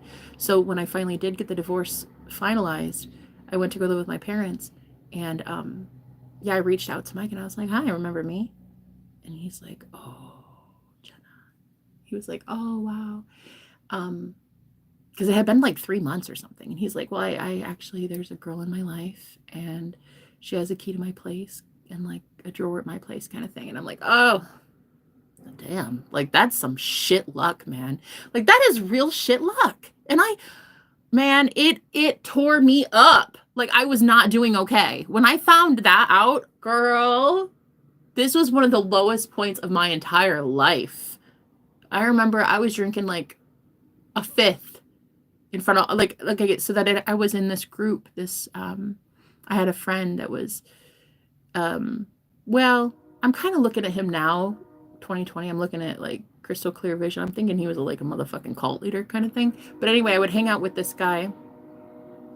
Ironically, here's a Bud Light truck just passed me, but I would hang out with this guy and all of his friends and get sloshed, like just get trashed.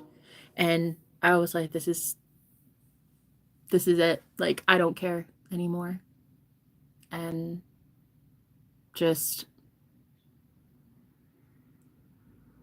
I just like really let myself go. And this was in 2019. And then COVID hit, and I was just like even more so. I was like, fuck it all. Let it all rot in hell. All of it, let it die. Let it all just crumble. I don't give a fuck. And like there was this overwhelming feeling I had, like I literally don't give a shit. I don't care what, I don't even care if I come out of this. Like it was bad. And so of course he and I parted ways because you get a girlfriend. And then I started having these weird like feelings that every time they were intimate, I would get some sort of like weird dark energy sent to me or something. Like almost he was thinking of me when with her. And that I would have to get like the brunt of whatever anger they have going on in the bedroom or whatever all day they felt. It's like because it was as if there was energy transference during intimacy, you know? And the energy that she would give to him, it was toxic as hell. And I'm sure it was vice versa, kind of the same thing, you know? I'm sure he was pretty toxic. He was a tortured soul. Anyway, and they would send that to me. So that dark energy started getting sent my way. And this is when I had to learn about witchcraft. This is when I had to start protecting myself, shielding myself, my energy, not giving him any more to build horrible things in his life. So I started, because I was being spiritually attacked, a lot of low vibrational things were finding me, attacking me. It was bad. It was very bad. That I started learning how to put his ass in prison. So I'm only with my mental, only with my mind, did I send Mike to prison. And he told me in a dream before he went that if I kept doing it, he was going to go to prison and he was going to kill himself in prison. That he didn't want to be there, and that I knew he didn't want to be there, and yet still here I am doing it, and he's going to kill himself if he goes into prison. And so when I woke up from that dream, I remember thinking like, for about 20 seconds, I thought, well, maybe I should stop. No. I loved myself so much. I was not about to be victimized. I was not about to be tortured anymore. So I manifested him going to prison, and yeah, he killed himself about 3 years ago. Now, I was told after that God was going to bring him back to me, that he was going to the light on the other side, and he had two choices. And this is my testimony. This is what I have shared online over the last 5 years with the entire world. Okay? My spiritual testimony is not for the faint of heart, and it's all there. If you go back and look, I have several channels. It is all there. I have vlogged all of this. And when Spirit told me that he was coming back, they said that he went to the light on the other side. That he will either be a spirit guide protecting me from the other side, or he will be here in the physical flesh as my magician doing exactly what the fuck he was supposed to do when we first met. But he didn't, because of karmic contracts. And so I waited and waited for 3 years, but eventually you get tired, and eventually you think, the fuck am I talking about? Invisible people giving me an invisible message about an invisible guy who's going to come in and invisibly save the day after he fucked up my world before. Now he's going to fucking fix it. So I gave up hoping. I gave up my faith, basically. I was like, whatever, I don't care. So I would settle. I date all these guys, and yeah, they were great at the time, but like there was something missing. And it would just always be my magician. My magician was missing. I needed him. And every time I would leave one of these guys, I was just like, because you're not him. Because you're not him. I'm sorry. You're just not. You're just not. I cannot help that. I can't help that you're you and he's him. But I don't even know who he is. I don't even know who him is. But every time it would be like I'm comparing to my soulmate. I'm comparing every guy to my soulmate who's dead. Jenna, like I would tell myself, this is stupid. Jenna, you need to settle with that guy because he's sweet and he's nice and he's got a job and he can take care of you and take you out of the elements, and he put you up and he can make you feel like a queen or at least a princess. But he's not it. And I'm just not the type to settle. There could have been a million men from here to the Wild West that could have already given me a comfortable life. I'm not in it for a comfortable life. I'm in it for love. I'm in it for magic. And I'm in it for a man who can be fucking magic. And if you can't be magic, don't fucking call me. I'm not here for money. I'm not here for your fucking house, for your car, any shelter you can give me. Fuck you and fuck your shelter. Fuck your house. Listen, hey, any man who recently has said to me, and listen, there's been about 3 that have implied, oh, you're lucky I'm even housing you, sheltering you. Fuck you and your shelter. Bitch, do you know who gave you your shelter? Right, that's right. The God that sent me to love you is the one that gave you your fucking shelter. So I'd pull the stick out of your ass if I were you, but thank God I'm not you, because karma's gonna be a bitch. Oh, well, you just want me for this, you just want me. Love. Love is what I wanted. And love is what I will always want. And the beautiful people on my channel want that romantic bullshit too. We love that sentiment. So while somebody said recently, what I have is romantic bullshit, I say what I have is kind of fucking beautiful and the only thing worth living for, to be honest. But there's been so much distortion.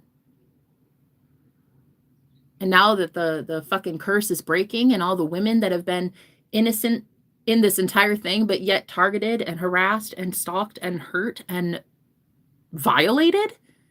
Do you know how many divine feminines across the entire fucking planet have been spiritually violated?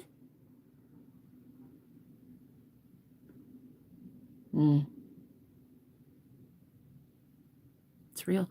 There's no shame in it. There's no shame. Just stop doing it. Just stop hurting people. Now that you know better, do better. Right? Go be free. Go and sin no more. I mean, that's literally what Jesus was saying to even Mary Magdalene, the prostitute. Go and sin no more, Mary. Like, you're so loved. There is no shame. There's no one judging you. You're beautiful the way you are. Go have love. Go be love. Go be that epitome of unconditional love. Which there is no sin in love.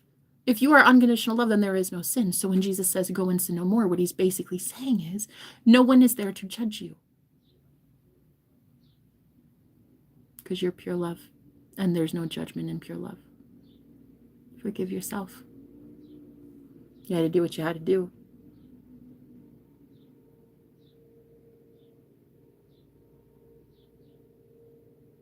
I even have to tell people I love right now, I'm sorry that my past makes you uncomfortable. I'm sorry that dark, sinister needs I have sometimes come to the surface and I need to express them. And I need to share with you the carnality that I experience in my mind and in my body and in my soul. I'm sorry that the darkness still is there.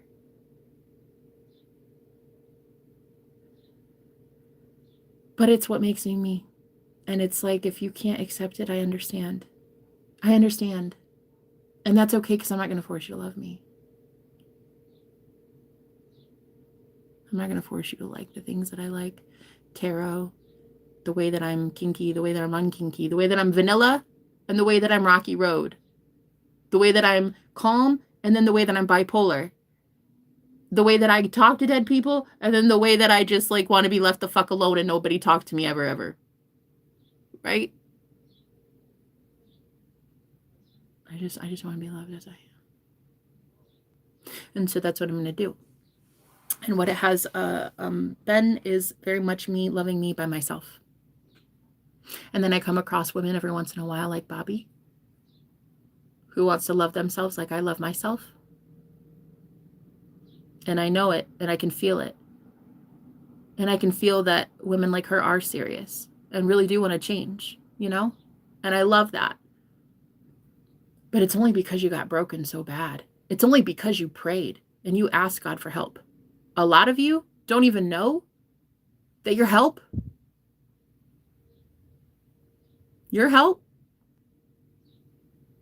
it's coming from a higher place.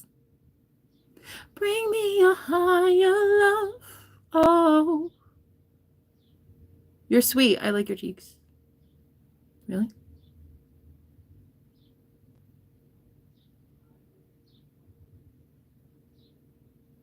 So, I am just telling you right now that if you can be in unconditional love, and if you can love that unconditional love, even when there's coffee on your face and you see it just for the first time ever, you love yourself anyway, and you're like, damn, God, you're a goddess. Like everything, even in that moment. Oh, and here's a ladybug now. Hi, sweet honey. Oh, hello, babe. Look at you, little cutie patootie. Oh my God, what a cutie. I freaking love you. This little guy is trying to get on my finger. Come here, honey. I think his wings are, I think he's got dust on his wings or something. Come on, little guy. But yeah, if you could just for even a moment in separation, realize that you're not in separation. There's never any separation between you and the thing that you want. It's, you claim it now. You claim it in this present moment now. And I'm telling you, that's what is going to help so many of these women at rock bottom that are ready to bring in their karma, their good karma. They don't want to be victims anymore. They don't want to feel like they don't want to feel disempowered. They don't want to feel victimized. They don't want to feel the shame anymore. And these are the ones that pray for God's help. These are the ones that come from God. They know how love is. That's why they're praying. These are God's people on the planet that are being targeted and persecuted and harmed and victimized and labeled demons, devils, blah, blah, blah, blah, blah. And these are curses. I've seen it. I've seen it because I've been it. I've been the one that everyone said that about. And I've seen what that can do in a life, in a world, how that really builds nothing. And it causes nothing but shame and homelessness and poverty and starvation and evil and health problems. And oh, I've seen it. So really what I'm trying to do is remind these women that you don't have to feel anymore like suffering is all there is. There's so much more. You're allowed to be happy in the present moment. You're allowed to be like, it might not make sense to you why I'm happy, but I'm happy and I'm laughing, you know? And that is the true power. Like, that is true freedom. That right there is the kind of freedom that our fucking founding fathers fought for. In 1776, bitch. We had freedom back then. That's what they fucking fought for. They fought for that shit. Like, to be in the present moment, worshiping whoever you fucking wanted to worship. And honestly, if in my heart I want to worship Lucifer, I want to worship the light, I want to worship myself, I want to worship a fucking ladybug, I'll do so. That is the true freedom. And that's the kind of freedom that our founding fathers would have wanted. And all that shit started from the ground up anyway. Like, our founding fathers, these were like people in the community that everybody was like, oh, hey, so-and-so, you should listen to him. He's got like this proposal. He's got like this really great idea. And then there'd be like another little community, and then somebody else would be like, hey, like this is our mayor though, and he's pretty cool. He's got this idea. And then they would like congregate and put all these like powerful people together, creating independence for America. And that's literally what's fucking happening right now across the whole planet too. But instead of it being in the physical, it's more in the spirit. It's more like these really cool mayors of certain cities and covens and cults and shit, and they're all coming together with these great ideas, and they're like, hey, this is how we can build new earth. This is new earth. This is new. This is a great idea. I like that. And they're all like establishing connections and networking and shit, and it's fucking awesome.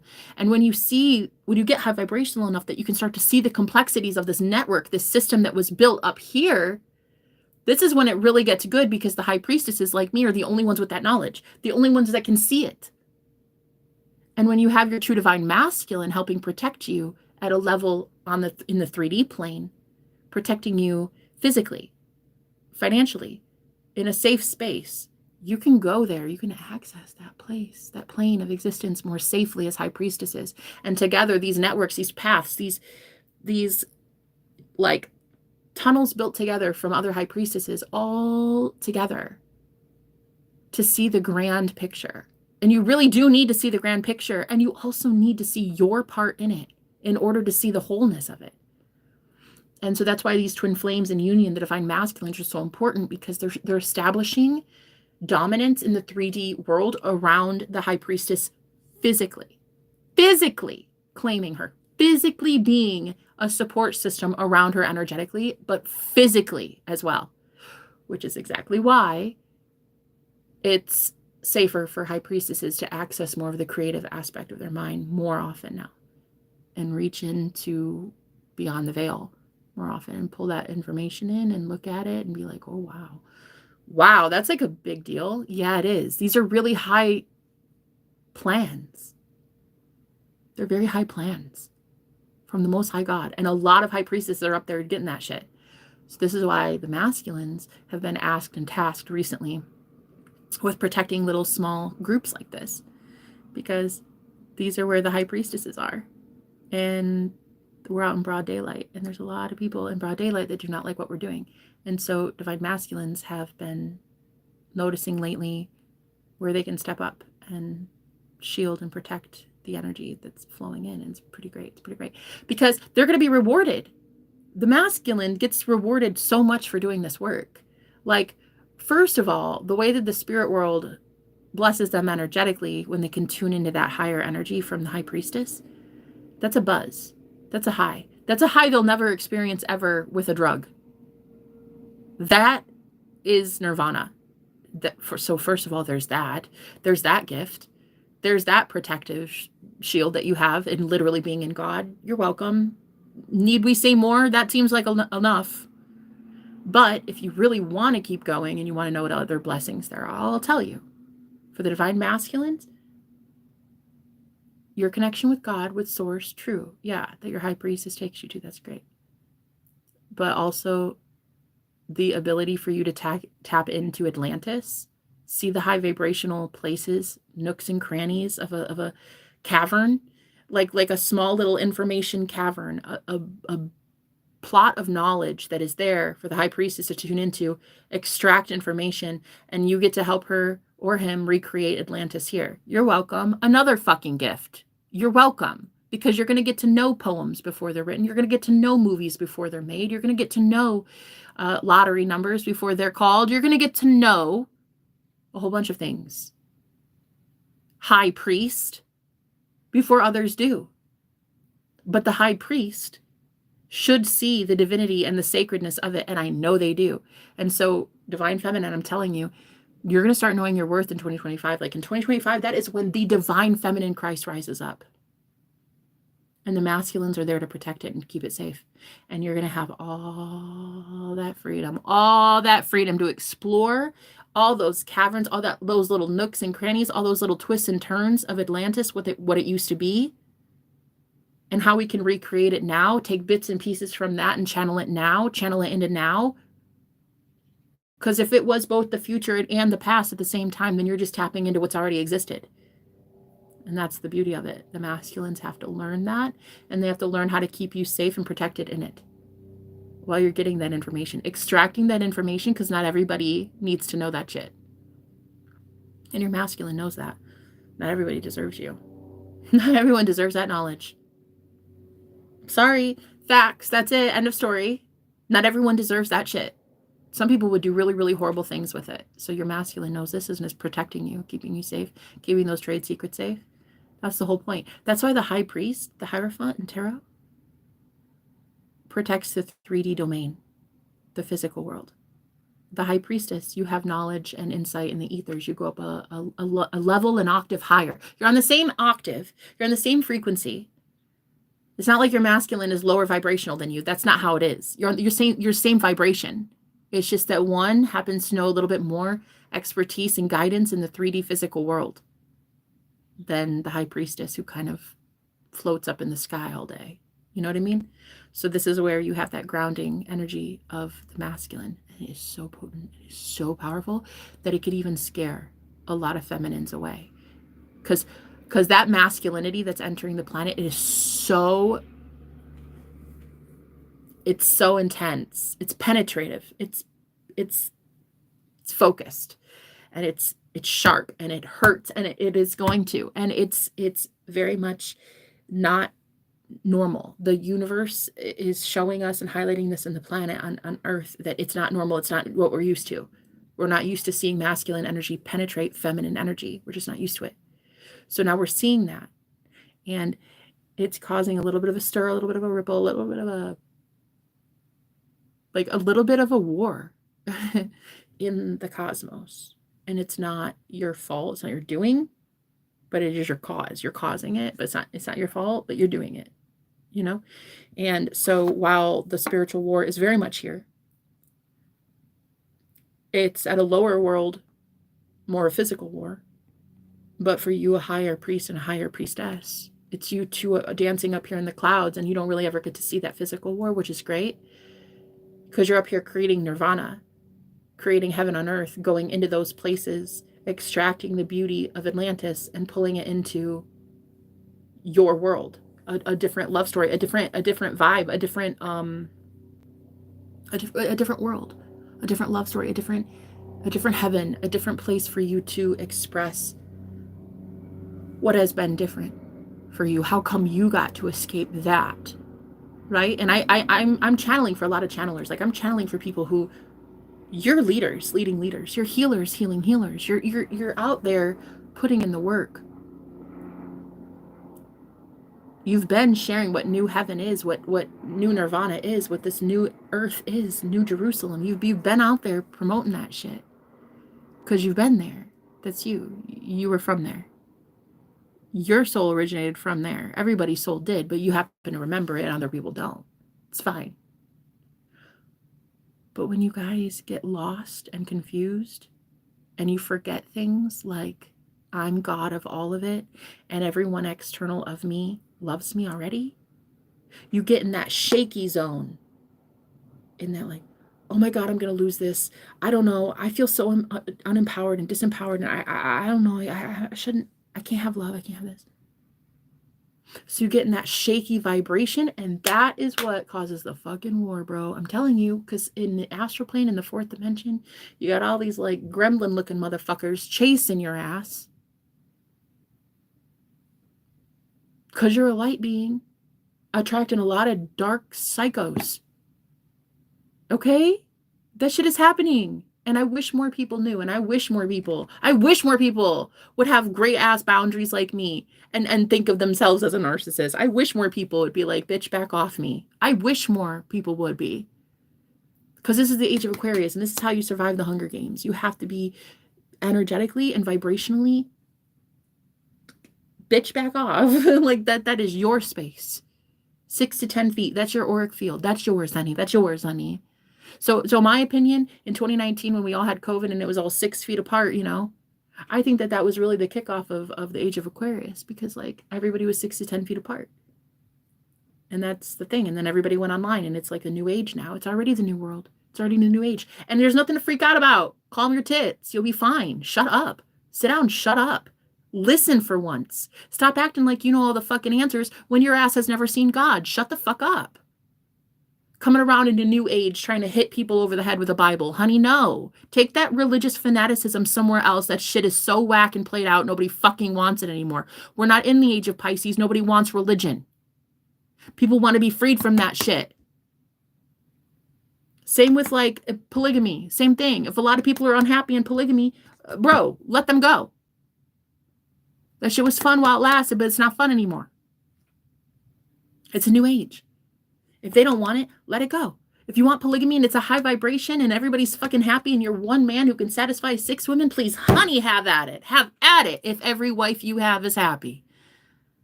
But you can't make the first one happy. You shouldn't have a second one. You see? Sit down, shut up. You ain't making that person happy. You ain't making yourself happy. You're not making God happy. You don't deserve a second, third, fourth, fifth wife. You can't even make the first one happy. Yeah. Yeah, I'm talking to you. You fucking heard me. I didn't stutter. Did I fucking sound like I stuttered? No, I didn't stutter. Get it right with the light. Or keep going back to pitch black darkness, but I'm not meeting your ass there. Honey, you want to keep that shit up, you have at it, but this walking Tylenol is walking the fuck away from you. I don't care who you are, how big your schlong is. I don't care if you think you are God's gift to humanity. I will live under a goddamn bridge before I bend the knee to a motherfucking tyrant. Period. Facts. I don't care how rich you are. I don't care how well endowed you are. I don't care how much confidence people think you have. Have a seat. I don't think so. I'm a goddess. When you want to treat me like one, I'll look in your direction. But when I look into your direction and see that you are not a god, boy, I will walk the fuck away. I will take this walking Vicodin with me. Thank you. Signed, your personal healer. Deuces. And another cool thing. Facts. Another cool thing. I will take every innocent victim with me. I will empower her. I will make her know that she is beautiful and worth so much fucking more than you. Every single person that has been under your thumb, I will literally help them achieve more. I'll go above and beyond. I will do everything possible as a divine feminine to help my sisters in Christ. Oh yeah, of course I will. Of course I will. I would have died for this shit. I did die for this shit. And I'll continue dying for this shit every single day. And when God sends me to go help these women, I will fucking do so. I will do so to a point where I actually end up as a sacrifice in a coven. I'll even do that. Child's play. That's fine. That's fine. And then when I come out of it and find other innocent women who have been victimized like me, I will be loving them and I will be helping them and I will be telling them they're goddesses and I will be readjusting their crowns. I don't even give a shit if it's a woman who stole my boyfriend. I love her. And I see what happened. And so now God has taken out the innocent ones of Sodom and Gomorrah, rescuing the innocent ones, taking out the innocent ones out of Egypt in the book and taking us all out of slavery and putting us into freedom. And I'm friggin' here for it. Not only am I here for it, but if you want to use me as fucking target practice, feel free, but just know that I have really good aim and I send that shit right back to the sender. Right. So if I see someone victimized at rock bottom, I will be saying something. Period. That's it. End of story. I don't care if that person broke my heart, hurt me, whatever. If it's still that person did it because they were under the influence of something, then I will say so. It's like I saw witchcraft and I saw curses and spells and hexes and a whole bunch of shit on a whole bunch of people that I've been around my entire life. I am a psychic. I can literally see when curses are on people. I also can tell them how to remove curses and put blessings on themselves. Just like an object can be cursed, it can also be blessed. A place, a location, same thing. A person can be cursed and then also blessed. So I will continue doing that every day for the rest of my fucking existence as long as I can damn well please. I will literally tell every woman I know that she's a goddess. I don't care how much she stabbed me in the back. I've seen evil. I've seen curses for what the fuck it is. I've seen how people have to do certain things because they believe in their mind that they are cursed. It's not the power of the curse. It's the power you give the curse. And a lot of these women have given these curses a little too much power. And it pisses me off. Because at rock bottom, when you have men calling you certain names, you believe it. You believe that's all you are. Getting called the cum dumpster? Just a good lay? That's it. That's it. That's it. But then being called like number 1 and number 2, which I've been called with a mistress, and I'm number 2, of course, because I'm the one that actually says no. So the point is, if I see innocence down here and I see something that I know God needs to liberate people from, I will fucking say it. And I do not care how many daggers come at me. I don't care. I don't care if I take on so much scrutiny and fire. And I know that I'm doing it for love, and I know that I'm doing it for God, and I know that God's got my back, so I really don't fucking care. And when I go to court, and when I sit there on the stand, and when I bring character witnesses in, and when that shit gets public, that's how it's going to be. So either you want it to be public, because I'll go public, because honey, I'm the biggest mouth. I don't shut up. So like it's not a threat. It's not a bluff. It's a promise. And I know you know this, and I know that a lot of people know this. So it's like, if you want to challenge me, do so. But I'm taking the innocent ones away from this place, away from you, away from tyrants. And I'm shielding them and sheltering them and keeping them safe under an umbrella of God, and teaching them stuff on how to protect themselves from assholes like you. And I will continue doing it. And I will be blessed as I do so. And I will be wealthy as I do so. And I will be in love as I do so. And I will be protected by a man as I do so. I will do whatever I want, whenever I want, however I want, if I want, with whom I want, as long as I want, because I am God. And I am teaching these people the exact same thing. So if you want to keep getting it wrong, do so. But don't get it wrong coming at me, because that shit gets returned to sender. And I'm telling you, it hurts. And it's not me doing it, it's you doing it. So I highly suggest, if you don't love me, then you stop watching me. Stop thinking about me. Stop talking about me. Stop gossiping about me, because God isn't playing about me. He's just not. Okay? I mean, I died in 2019, and I promised God that if I came back and worked for him, then he would bring me back. And he did in 2019. Near death, bada bing, bada boom, I'm alive. Wow, so great. My psychic gifts came in that day, and I started right after learning tarot and divination. And it wasn't even learning, it was more reminding myself that I know this at a soul level already. And then I started my business, and then that's it. God told me I was working for him, and then that's it. If you want to keep getting it twisted and get in the way, it's fine. But just know that the karma that's coming in is yours, because you were warned, and you're looking fucking stupid. So stop doing it. Shh. Shut up. If you have nothing nice to say, don't say anything at all. That's all it is. That's all it is. So I'm glad that we agree.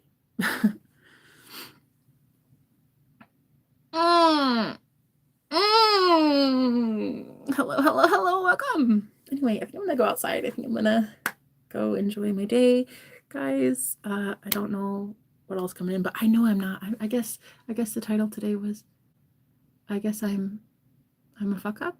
I'm not really. Yeah, I see it now. I see why a lot of people tried to silence me and tell me to shut up. Like, you talk so damn much. I know. But it all makes sense. See, when I speak, that shit makes sense up here. Like I hear it and I'm like, oh my God, I've thought that for the last 5 years. What? You know, that's why when I speak, I make sense. And that's why I like talking so damn much. So people who are like, oh my God, do you just like hearing yourself talk? What I'm really thinking is, bitch, why don't you like hearing me talk? Something's wrong there. I make a lot of hella sense. Okay, anyway. So this is why I just talk, and everybody's like, oh my God, she's such a fucking loud mouth. I know. So you and I both know I'm not bluffing, and I would go to great lengths to protect myself. And a lot of people like me. Like a lot of people like me. Like a lot of cool ass motherfuckers. All right? Like Gordon here. Gordon Ash, Gordon Gillens, Plant Seeds, all these beautiful people. Natalie, Ashley, Tina. All of them. Diana, all of them. I would do anything to protect these ladies. I would die. I'd die a million deaths to remind them that they are goddesses. and that they don't deserve abuse by narcissistic, tyrannical dictator husbands. Oh, I would tell them. Oh, I would tell them. And I would die a million times to do so. And in that death, I would meet the real one. In that death, I would know the real true God that controls all things and be so seriously powerful that I would win. Of course I would win. I am the winner. I won for losing. I live because I die. Right? I win because I lose. So, man, I would take everybody with me. I would. And I'd get loud about it too. I'd make sure that I make a splash. Otherwise, what's the point? What was the point of all this abuse? What was the point of all of this train wreck? All the poverty, all the abuse, all the cheating, all the neglect. I better make something of it. I don't want it to be in vain. All that pain, all that suffering in vain. I don't want that. I want it to help people.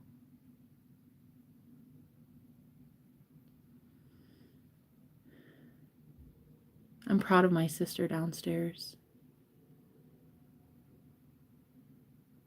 She stole my boyfriend.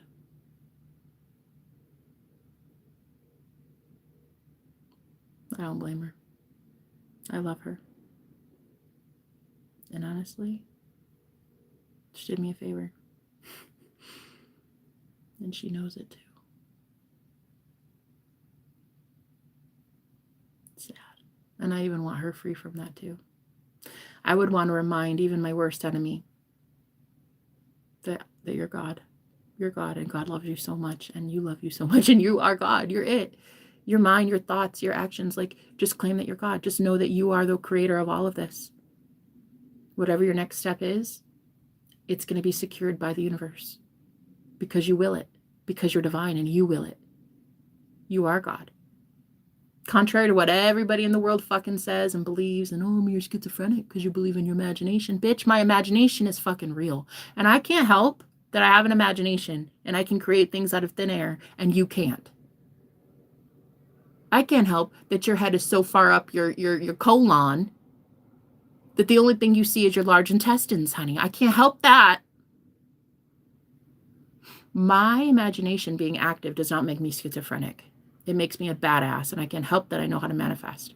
And a lot of people want to learn from me and how to manifest instantly. Why? Because they don't want to fucking suffer anymore, and they want to get out of World War III. So you're going to move along, and you're not going to get in my way ever again in teaching these people what they need to fucking know and what they need to hear. And if you want to try to get in the way, it's totally fine. But the one that sent me is going to really have a 5-minute conversation with you, and that shit's going to hurt. So I highly suggest you get the fuck out of my way. Let me say what I need to say to people who need the guidance and who need the advice right now so that they can put diapers on their children and afford gas to get to their job.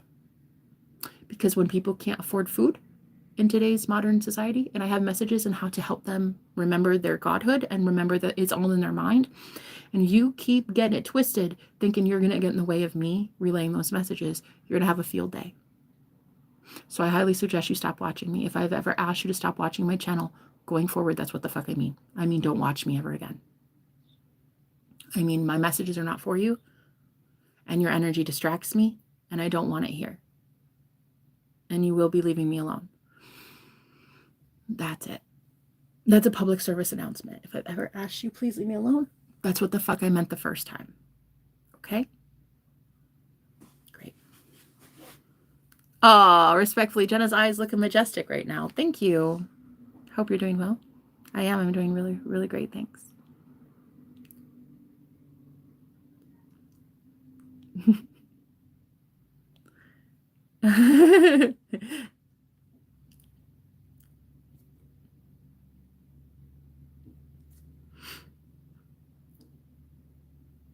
You keep doing what you're doing. There are people and monitoring spirits that don't want you to succeed. True. Yeah. Isn't it cool though? Isn't it cool learning that it only exists because you created it? The monitoring spirits, the hovering spirits. To just sit there in that knowing that you created it, right? Really, I mean, and truly just like give yourself permission to sit in that knowing, in that moment of clarity at rock bottom that is your most embarrassing admission of guilt or whatever it is, that overwhelming sense of shame, whatever it is, sit there with it. Take your Christ consciousness into that moment. Oh my God, it's true. I did it. That is true freedom. That is the freedom that every gypsy's trying to find. That is the freedom every hermit's trying to find. That is the freedom every politician is trying to fight for. That freedom in knowing thyself. That freedom in knowing that thyself is God. But like giving yourself permission to admit that shit, rebelliously go against every single person who says otherwise. You're not God. None of us are God, Jenna. You don't get to know that shit. You don't get to know the future. First of all, that's a belief. You believe I'm not allowed to know that stuff. I believe I'm allowed to know that stuff. I believe I'm divinely orchestrated to know that stuff. One of us is wrong. In my reality, I'm right. In your reality, you're right. So just go to your own reality where you created a bubble where it's anti-Jenna and hate Jenna Day. Go there. Because in this reality, you're not allowed to hate Jenna. So the shit that you have to do to stay in my resonance is just God. It's like nobody wants to do that shit because it's ego death. You won't be allowed in my orbit anymore. You won't even be able to watch me on my streams anymore and see my face without an ego death. Because if I emanate God, if I vibrate at the level of light, and if we're all literally living light, the emanation of Christ, when people see you, they should see God. When people see you, they should see Jesus in you, right? And like the Bible says, those who see God die. God was saying, you can't see my face and live to tell about it, right? And then that's you. You're an earth angel. People cannot see your face and not have their third eye go completely berserk and go through ego death after ego death after ego death. They need to leave you alone. They need to stop watching you. And so right now, as I'm channeling messages to people in my past, like, please leave me alone. You're going to be the one going through the massive shift. I already went through mine. I don't feel it. I don't feel a thing. The things that you're about to feel, your third eye is opening.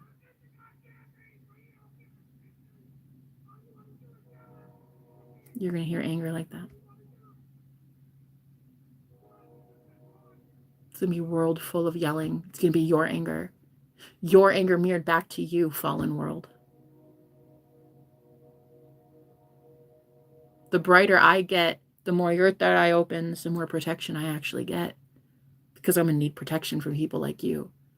Extremely angry. So are a lot of empaths.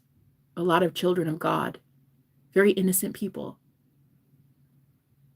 The projection and the target of you, abusive, narcissistic, spiritual narcissists at the top that led people astray so badly that you have to live with that now, and that anger and that hardship of knowing that you don't get to have love in your environment.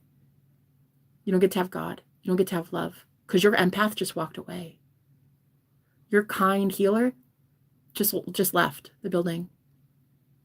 God closed the door on heaven because they didn't change the standard. You just didn't match it. And so now your anger is for everyone to see. They call it demons. People will look at you and think that you've gone batshit crazy, absolute absurd. Getting the cops called on you, arrested, shit like that, because you're doing stupid shit. Because you got all these demons that are coming back to haunt you because you're the one that fucking played with them, not these divine ones. So there will be divine messengers like me that sit your ass down and tell you, you got fucking kicked out of heaven. Go somewhere. I don't care where, but you're not going here. I don't care where you go, but you're not going to heaven. Sit your ass down. Your heart is not as light as a feather. So sit down, shut up. These divine ones get to have access to heaven, and I'm just here to relay the message. I'm not here for you to project shit onto the messenger. Don't shoot the messenger. I'm here stepping off my heavenly throne to tell you right the fuck now, while you're angry, these divine beings get to go experience heaven, and your ass is down here in World War III trying to escape shit. Are you ready to listen yet? Are you ready to listen to the divine yet? Totally cool. But don't knock on my door until you're ready. I'm not going up to people being like, hey, let me heal you. Let me heal you. Let me teach you. You either find me when you're ready or you don't.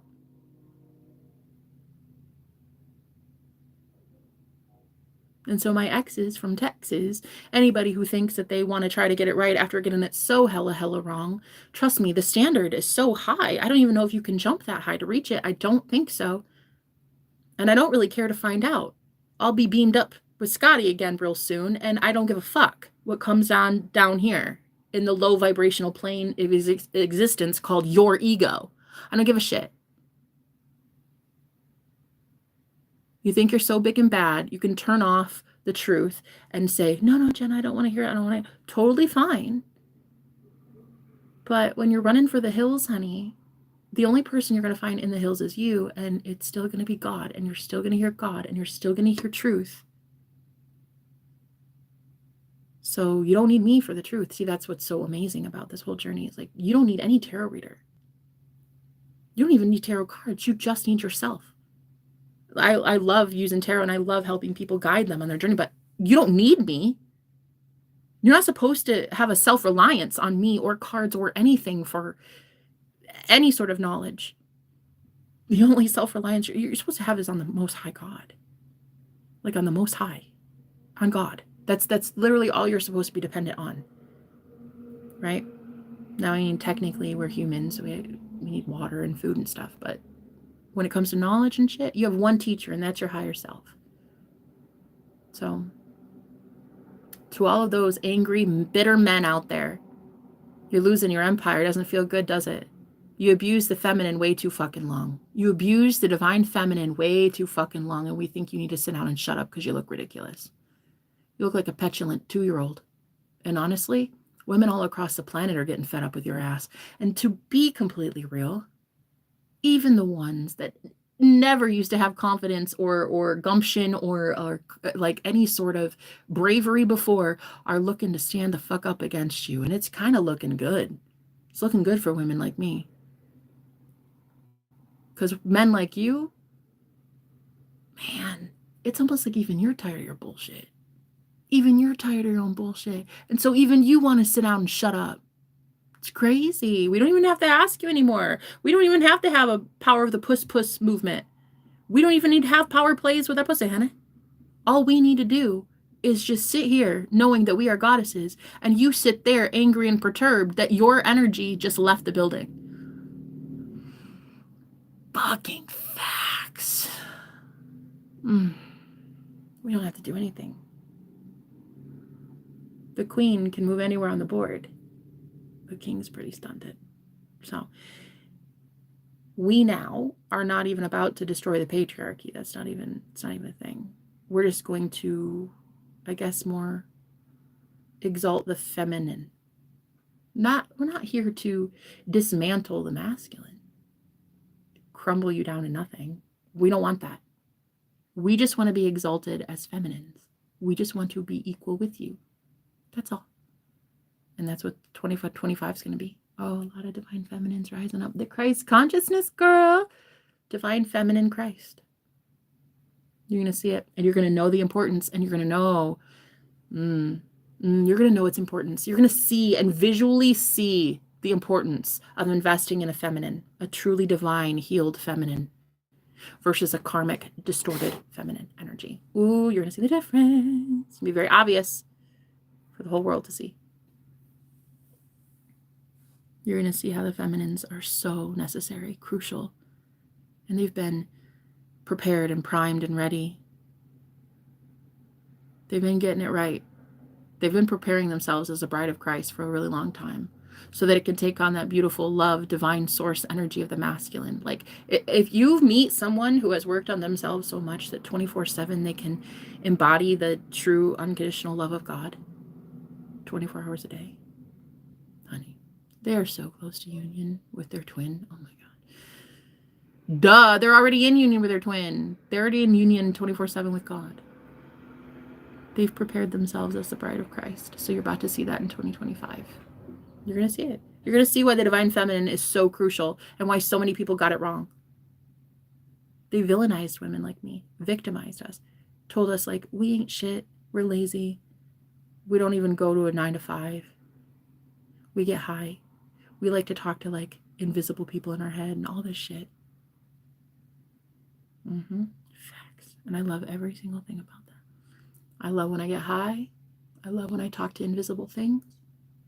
I love when I get answers about who I am and about who you are. I love working with my clients. I love manifesting. I love manifesting beautiful, divine masculines into my life, honey. The real true divine masculines. Yeah. The ones. The real true ones. Yeah. They don't really embody a jealous trait because, I mean, they do a little bit just for enough of a competition, but nothing crazy. Nothing dangerous. And I've been with some very mean, cruel, crass, dangerous men. And I'll tell you, the ones that are coming in for us, ladies, are not dangerous at all in the slightest. Exact opposite of it. The most safe place that you've ever been. A safe place to land. To like look around and there's no expectations for you. There's nothing like they're not forcing you to do anything. There's just love. And there's just like, what would you like to do, honey? What would you like today? Or do you know how pretty you are? Have I told you today you're gorgeous? But there's just nothing but love. And a lot of us don't know how to experience that. You know, once bitten, twice shy kind of thing, especially when it comes to a man touching you, or, you know, you ever have that where you just, ugh. You were with a partner and your skin crawled and you just, oh, touching them was like, oh God, you know, you ever have that? And then this time you're with somebody and it's not like that really. It's kind of like they respect you so much they even understand your need to pull away and they let you pull away.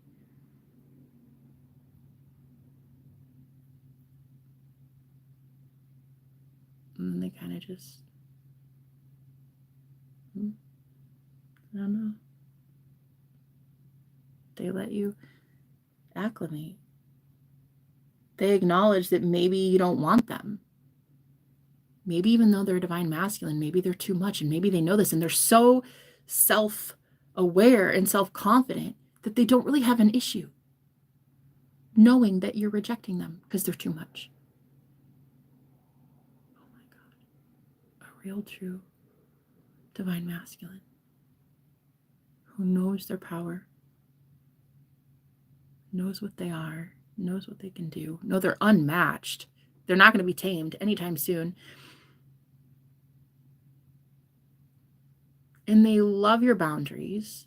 They love your quirks. They love what makes you weird. They love your multiple personalities. They fucking love your psychic gifts. And they even encourage it. And even like ask you about it. And they do crazy shit like guess a number 1 through 100. And if you get it right, it's like you're super psychic and they love it. And they love encouraging this and playing games with you. And it's like, who the fuck are you? I've never had love like this before. A psychic love. I've never had this.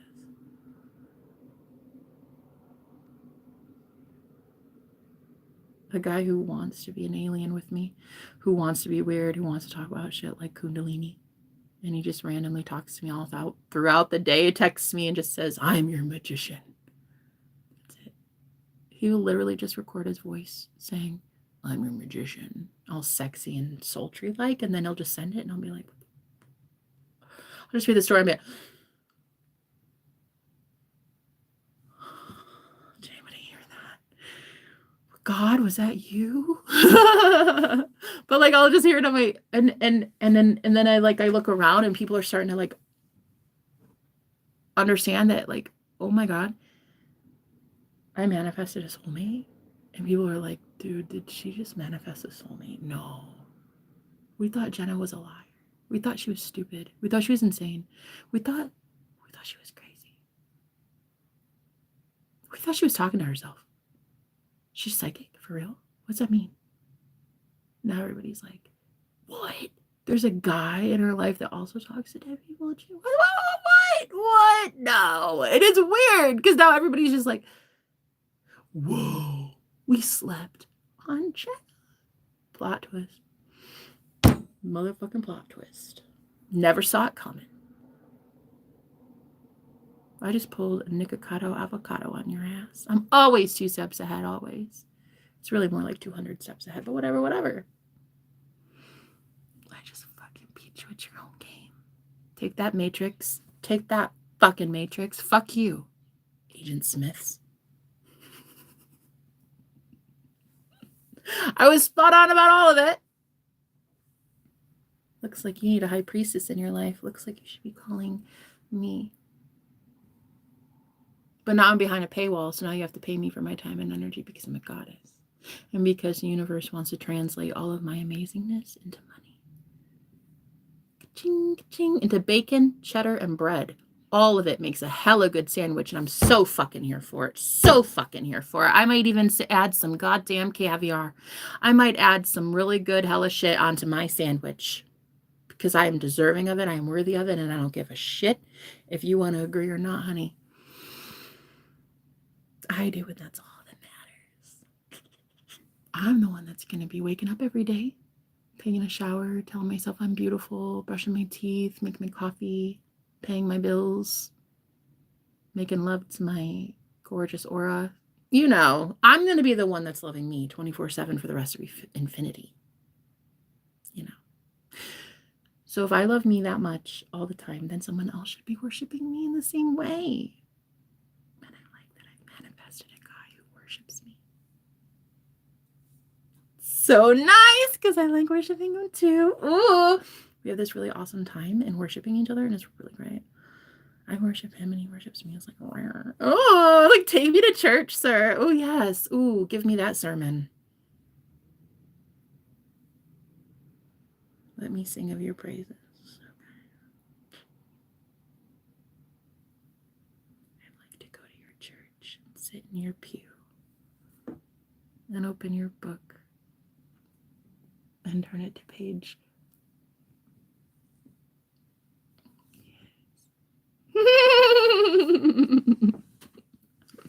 Yes. She thinks sermon is a type of cheese. Honestly, that shit's kind of funny, though. I don't know who you are, NPC, but you're cute and it's fun. All right, anyway, let's move on. I don't know who you are, and I don't really care. But yeah, so I just wanted to tell you guys that it looks like I'm a fuck up, but it looks like I was wrong. I'm not a fuck up. I knew what I was doing. Bippity boppity boo. I was the magician all along, and I schooled you. It's really great, really great, really great. It's great. It feels great because I kind of feel just like Nikocado Avocado. When everybody was like, what the fuck? Right. People are still wondering. People are still going to be wondering what the fuck happened to that dude. Is it AI? My suspicion is yes, it's AI. But anyway, people are going to be wondering for years and years and decades and millions of years, what happened to Jenna? She was like, and then just like, wow. What happened to Jenna? Nothing? Everything? She's just perfect? Imperfectly perfect. Can't help it if you don't like it. Get the fucking step in. Because I'm leaving a throne right here for a king. And I'm telling you what. He's going to have it made. It's very warm there. It's fun. It's exciting. It's heavenly. It feels good, doesn't it? Yeah, there's a space. There's a space open. It's widely available to any king of kings and lord of lords that wants to try it. But yeah, I've just realized I'm it. I'm it. I'm the one that puts an exalted king there. And you as a goddess, you do the same thing. You're the one that's attracting a god. Better make sure it's a perfect specimen, honey. Make sure it's all good because you deserve the best. So if you're not getting the best, honey, throw that fish back in the water and go fishing again, okay? Okay? You go fishing, sweet cheeks, because you're going to find one that's unconditionally loving. Success. Ooh, love it. And they would never get threatened by your success. Ever. Oh my God, they'd love it. They would come up with amazing ideas to get you so independent. Have you all your own money, your own car, your own house, your own everything. Oh my God. Like a guy that is truly respecting you, ladies, would love that you want to get independent without them. Like a real husband would be so fucking excited to have his wife working. If you want to work. If you don't want to work, don't. But like that would also be agreed upon, and that would also be like a thing. But I mean, for me, I need a man who's like excited to see that I'm making money on my own. Like, I drive and ambition and goals, and like I want bigger and better and bigger, better, bigger, better, big, better, better, better. Okay. And if you don't like that, well, I'm sorry. But you're gonna have to like deal with that shit. Okay. Mostly the men that like are always upset about that, ladies, are the men that don't want to be bigger or better. So let them go. Let them go. Because bigger and better is on the way, honey. Bigger and better. It's coming in. It's coming in hot. It's coming in. Don't let anybody convince you otherwise. Okay? So anyway, I just wanted to tell all of my beautiful ladies that it is time to readjust your crowns, because we are not fuck-ups. In the way of the world, yeah, there was a standard, and we all fucking ruined that standard. Okay, I'm sorry there was a beauty standard and stretch marks wasn't on it. I'm sorry things should be perkier for your pleasure, but they're not. This is how it is. It's what it is. You either fucking take it or leave it. I don't care.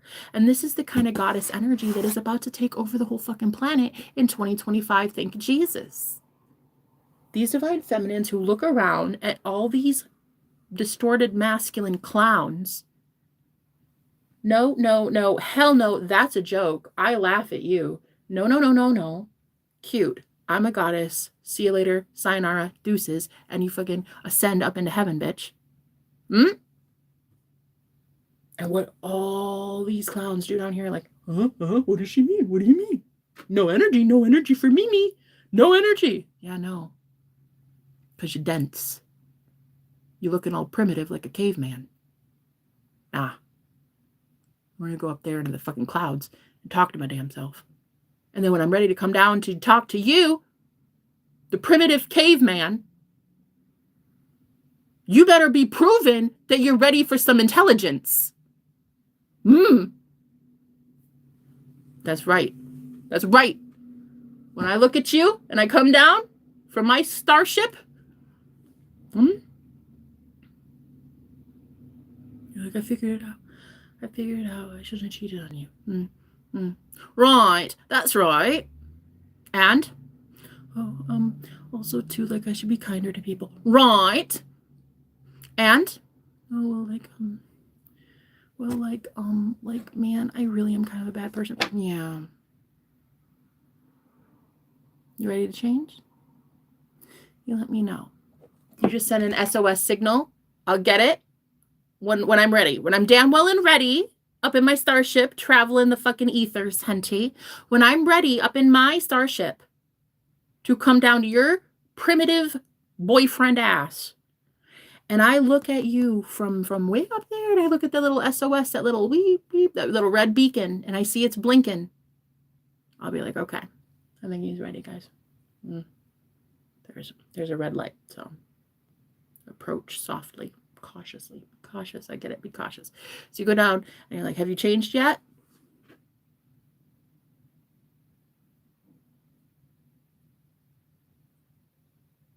Or are you still an asshole? Bye. Closing up shop, put up the door, and I fucking fly off into space again. Oh yeah. Don't act like I don't do that shit. I do it a million times. I'd look at you and be like, oh, he still hasn't changed. Bye. Bye. Skellington. I kind of like your name. Oh, I kind of like, what is that? Skellington. What the fuck? You ever read a name and you're like, oh my God, I created that name. Because I'm so awesome that in my reality, I created the name Skellington. That's amazing. Who made that? Who did that? What universal creative intelligence did that? Because I am part of that intelligence, and so are you, Skellington. I like that. You created that. What does it mean? I don't know, but I love it. You could just tell sometimes when a name is going to be blessed and anointed, you know? It's all in a name.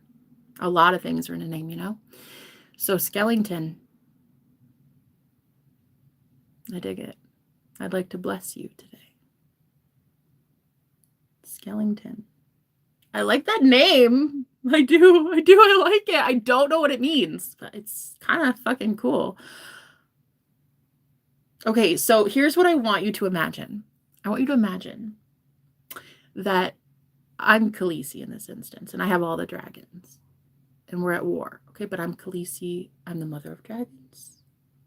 Then I win this bitch. Okay, I don't know. I haven't seen the last season of Game of Thrones, so I don't know if she wins. Don't tell me. I swear to God, you better not tell me. I will hex your ass. I didn't watch the last season, so up to this point, Khaleesi is the fucking truth. She's the goat. Okay, so Daenerys Targaryen, mother of dragons. Okay, so that's me in this instance. Okay, and then here's Skellington is, and Skellington C is one of her you know, what were those people? They were like her mentors, but they weren't really mentors. They were like her guides, her guidance system. Yeah. Skellington, I feel something very close to you. I feel very like you could have some great knowledge and insight for me. Yeah. I feel like it's in a name, and it's all in a name. And in the name Skellington, I hear answers. I hear truth. What are they called? They're not mentors. They're, you know, like a war guide, like a general, like a, you know, whatever. I don't know. But I like your name. And it makes me think that we could be friends. Because people that come up with awesome names like that are fucking awesome. But, you know, I've seen those one-hit wonders before, though. Oh, yeah. You know the type. When you get involved with somebody, too, and like a boyfriend, too. You ever meet the one-hit wonder? I call him the one-hit wonder, and everybody's got an ex like this. Everybody. It's like, you meet them. Oh, and they hit it. Hit it right out the park, honey. Real good. Real good. But then you realize, you're not really used to doing this. You're not used to pleasing women all the time, or you're not used to being a good boyfriend all the time. You're not used to being on spectacle. You're not used to being a psychic. You're not used to being good. You're not used to being, like, with God. You're kind of a one-hit wonder. Like, you tuned into God just long enough to steal me, to whisk me away, but then, like, you stopped being with God? What a fake. What a false prophet. What a one-hit wonder. You took me to God, and then your ass couldn't handle it. Bye. I'm going back. Because that's where I'm from, bitch. I'm from there. Just because you can't get there doesn't mean I can't. That's why I have a vibrator. Right? So anyway, Skellington, the name Skellington, for me, it screams divine messenger. It does. It does.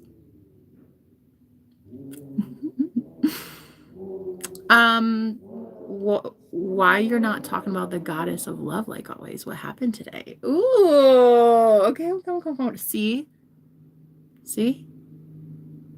Told you that name was important. Look at you giving a shit about giving a shit. Look at you caring about love. Look at you caring about the goddess of love. Are you not talking about the goodness of love today? I have been.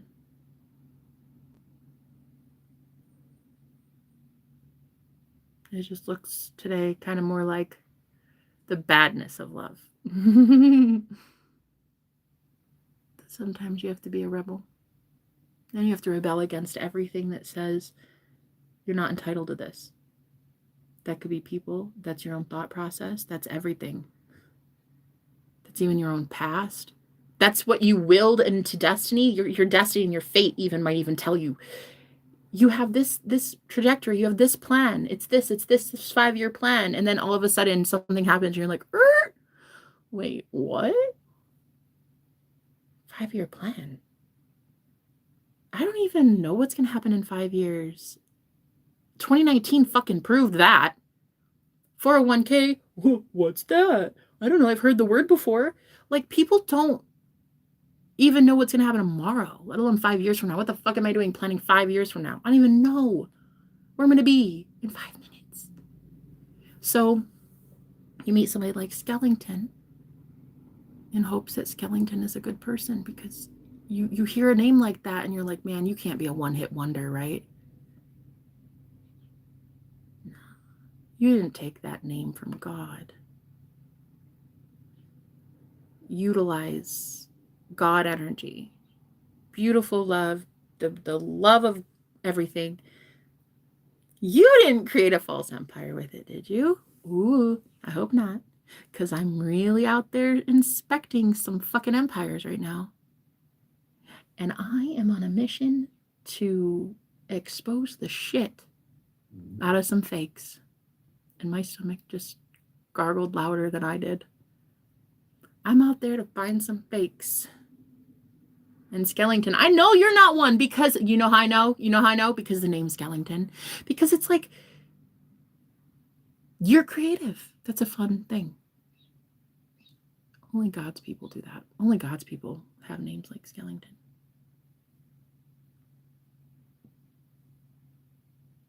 I like you.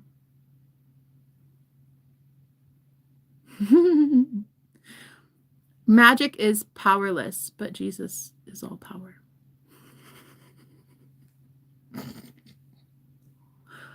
Okay, honey.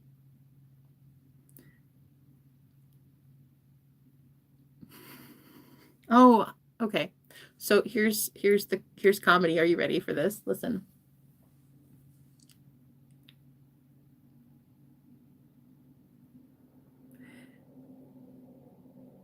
Listen, wait. I like your name too. Zeroed out 420 stoned feed. Oh, here's the fun part about you.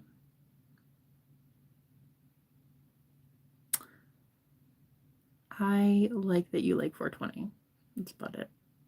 I don't think you and I are really gonna probably be friends because, like, you just told me right now some hateful things. Oh, it's like so hateful. I don't understand. I don't know. Why would you do it? Why would you be so mean to me? Let's see. Because, like, I'm pretty high. And so, like, right now, I'm very vulnerable and impressionable. And sometimes I tune into people's comments and I'm like, oh my God. Right. You hear that alarm? I just got so jumpy. I got so scared. So sometimes people challenge me and they say things like you do. And I don't know, maybe you're not like a religious zealot. Maybe you're not like a religious fanatic and you're not going to come at me with pitchforks or anything. But see, I'm reading your comments and this is what I read. Boom, boom, boom, boom, boom, boom, boom, boom. Comment.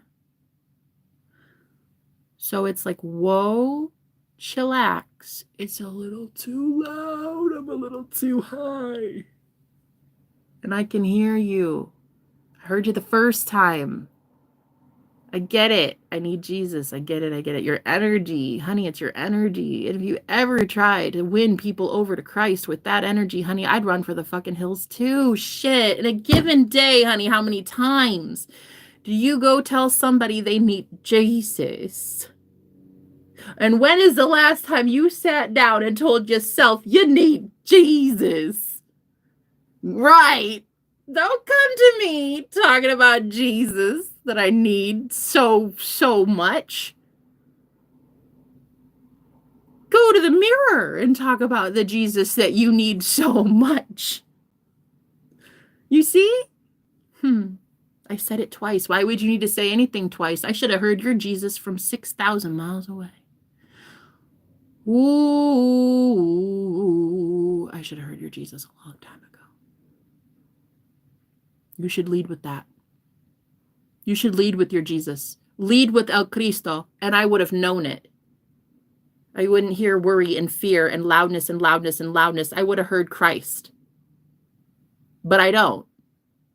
And so no matter who you tell in a given day about your Jesus, if it comes through energetically like this, it's not going to work.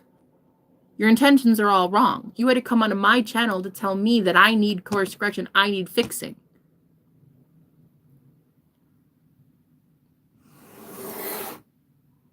Have a seat.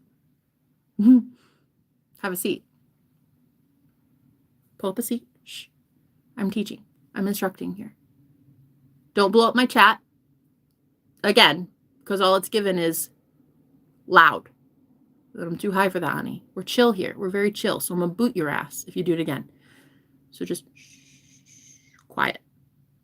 If I hear anybody tell me I need Jesus, it makes me wonder why they can't, with their Jesus, see the Jesus in me.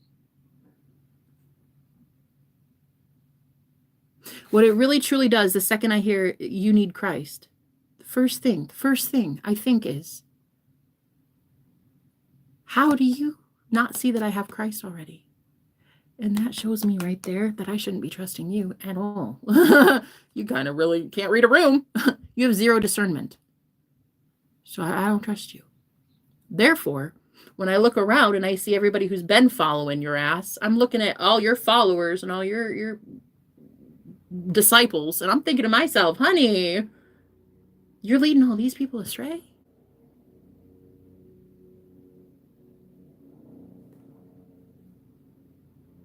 Okay. Great. Yeah. So anyway, when I normally talk to you and I challenge you, and this has happened so many times, I normally will challenge some cult leader. Yeah, right in front of their congregation. I've done this multiple times. This is not my first rodeo. They bring a whole group of people to me that have been energetically like watching them in some way or participating in their bad behavior and their stupid antics.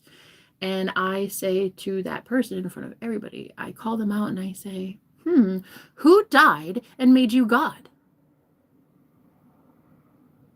And that person just, what? Huh? What do you mean? What do you mean? I'm not God. I'm not God. Right. So sit down and shut up. Right. Right. And stay there. And shut up. Listen to the ones that are God. Right. Listen to the ones that's been to rock bottom and know that they are one with God. Right. Right. Sit down, shut up, and let the real ones lead. Yeah. And I can't help that 2/3 your congregation doesn't want to fucking be with you. It wants to come over and hang out with me. I can't help that. I can't help that. I can't help that you're a bad leader. I can't help that you're a false prophet. I can't help that you're fucking piranha. Okay? The Pharisees and Sadducees. Shit, I can't help that your own congregation wants nothing to do with you. Shit. I can't help that you didn't feed them spiritually. You're just jealous because I have a vagina and I'm a better teacher than you. Facts. That's why women like me were always stoned to death in history, yeah. Stoned to death because, you know, we are women and we know what the fuck we're doing. So, going forward, you will just sit down and shut up on my live stream for as long as I want to be on my live stream. Because you don't have a choice. You either leave or you sit down and you participate. That's it. Those are the only choices. And that feels really, really good to say that. And that is the true liberation, the true freedom that I think every woman has been wanting to find in their life. And that sovereignty, that goddess sovereignty. They've been wanting to tune into that for so long. And I want to embody it. I want to be that person that you just know went to the goddess, right? You just know. She did it. She got free. She freed herself from all of that abuse, all that trauma, all those greedy, selfish, self-absorbed, narcissistic, tyrannical dictator men. She freed herself from that. Coven after coven after cult after cult after cult. And boom, she took her power the fuck back, gave it to her, and built an empire on it. Are you kidding? I can do that. I can do that. I know I can. She did it. I know I can do it. I just want to embody that. I want to be that so badly.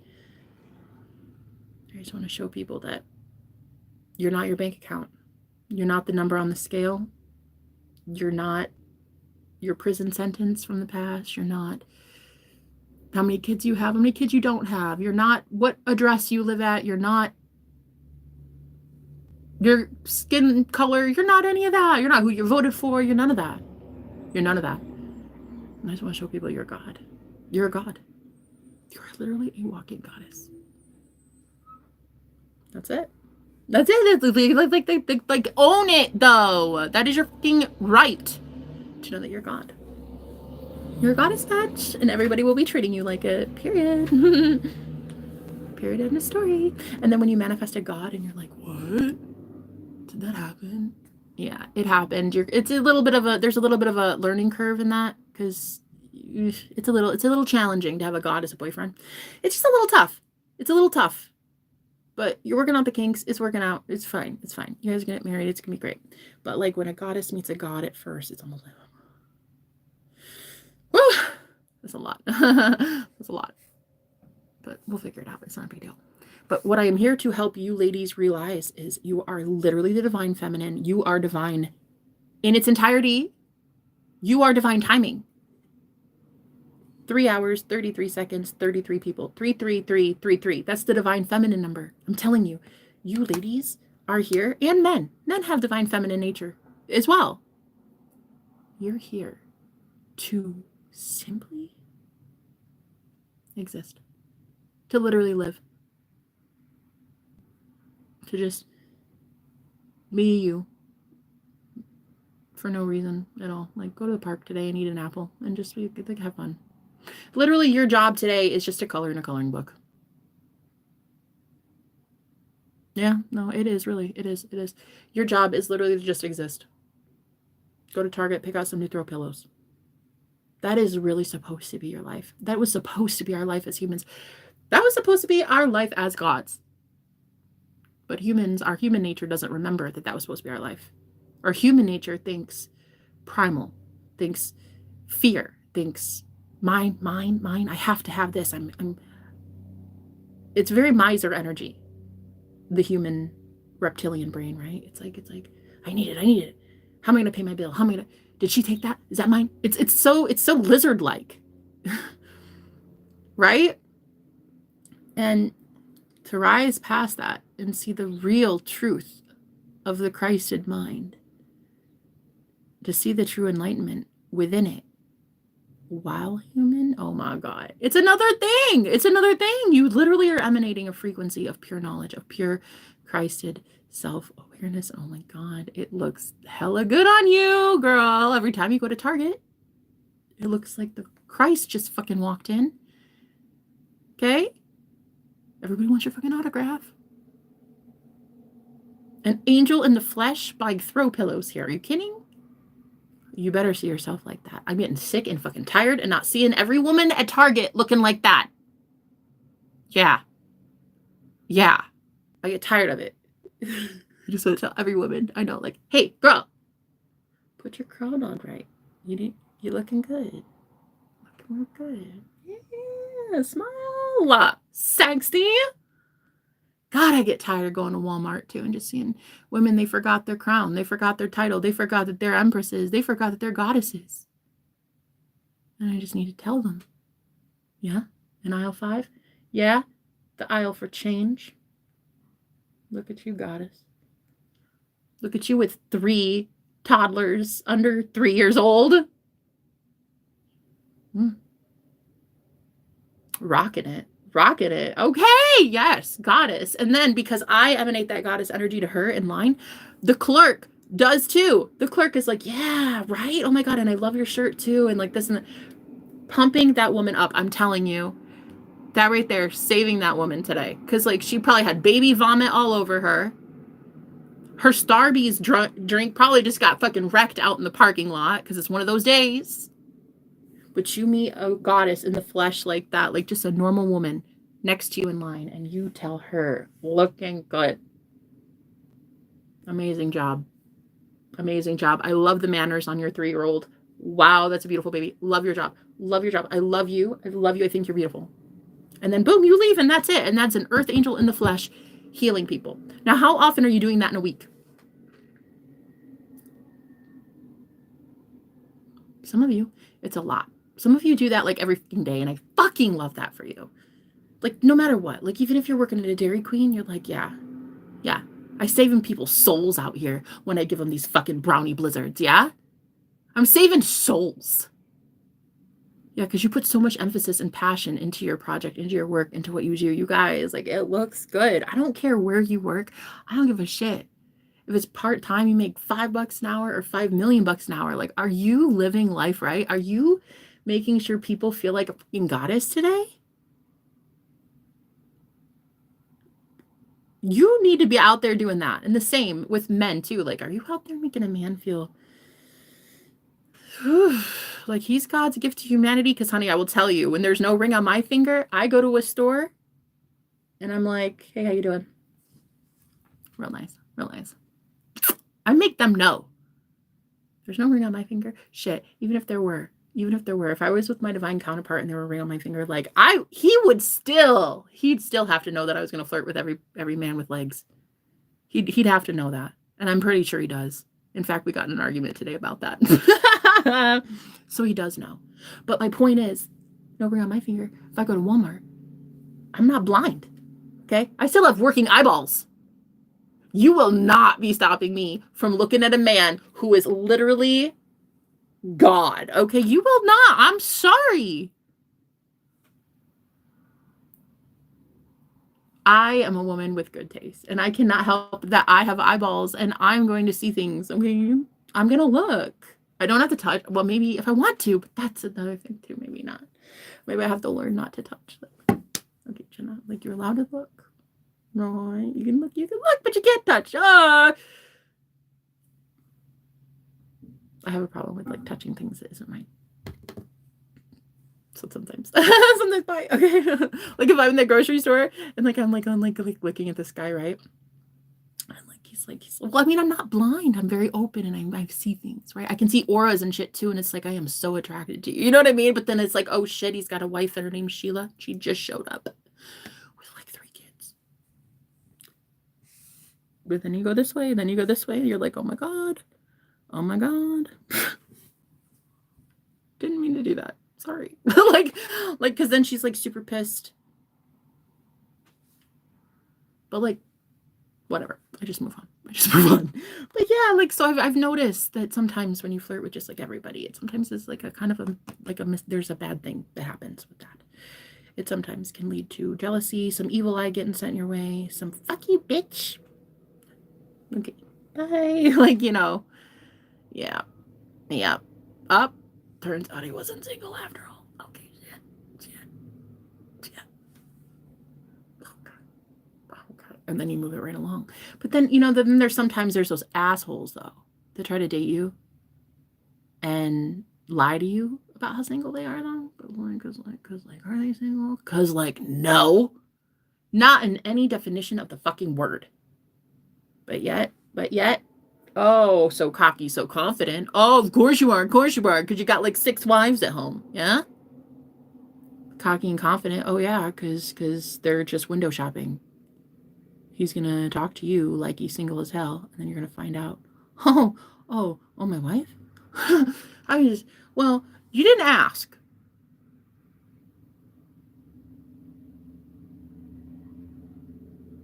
Dude, the way we would view you after that,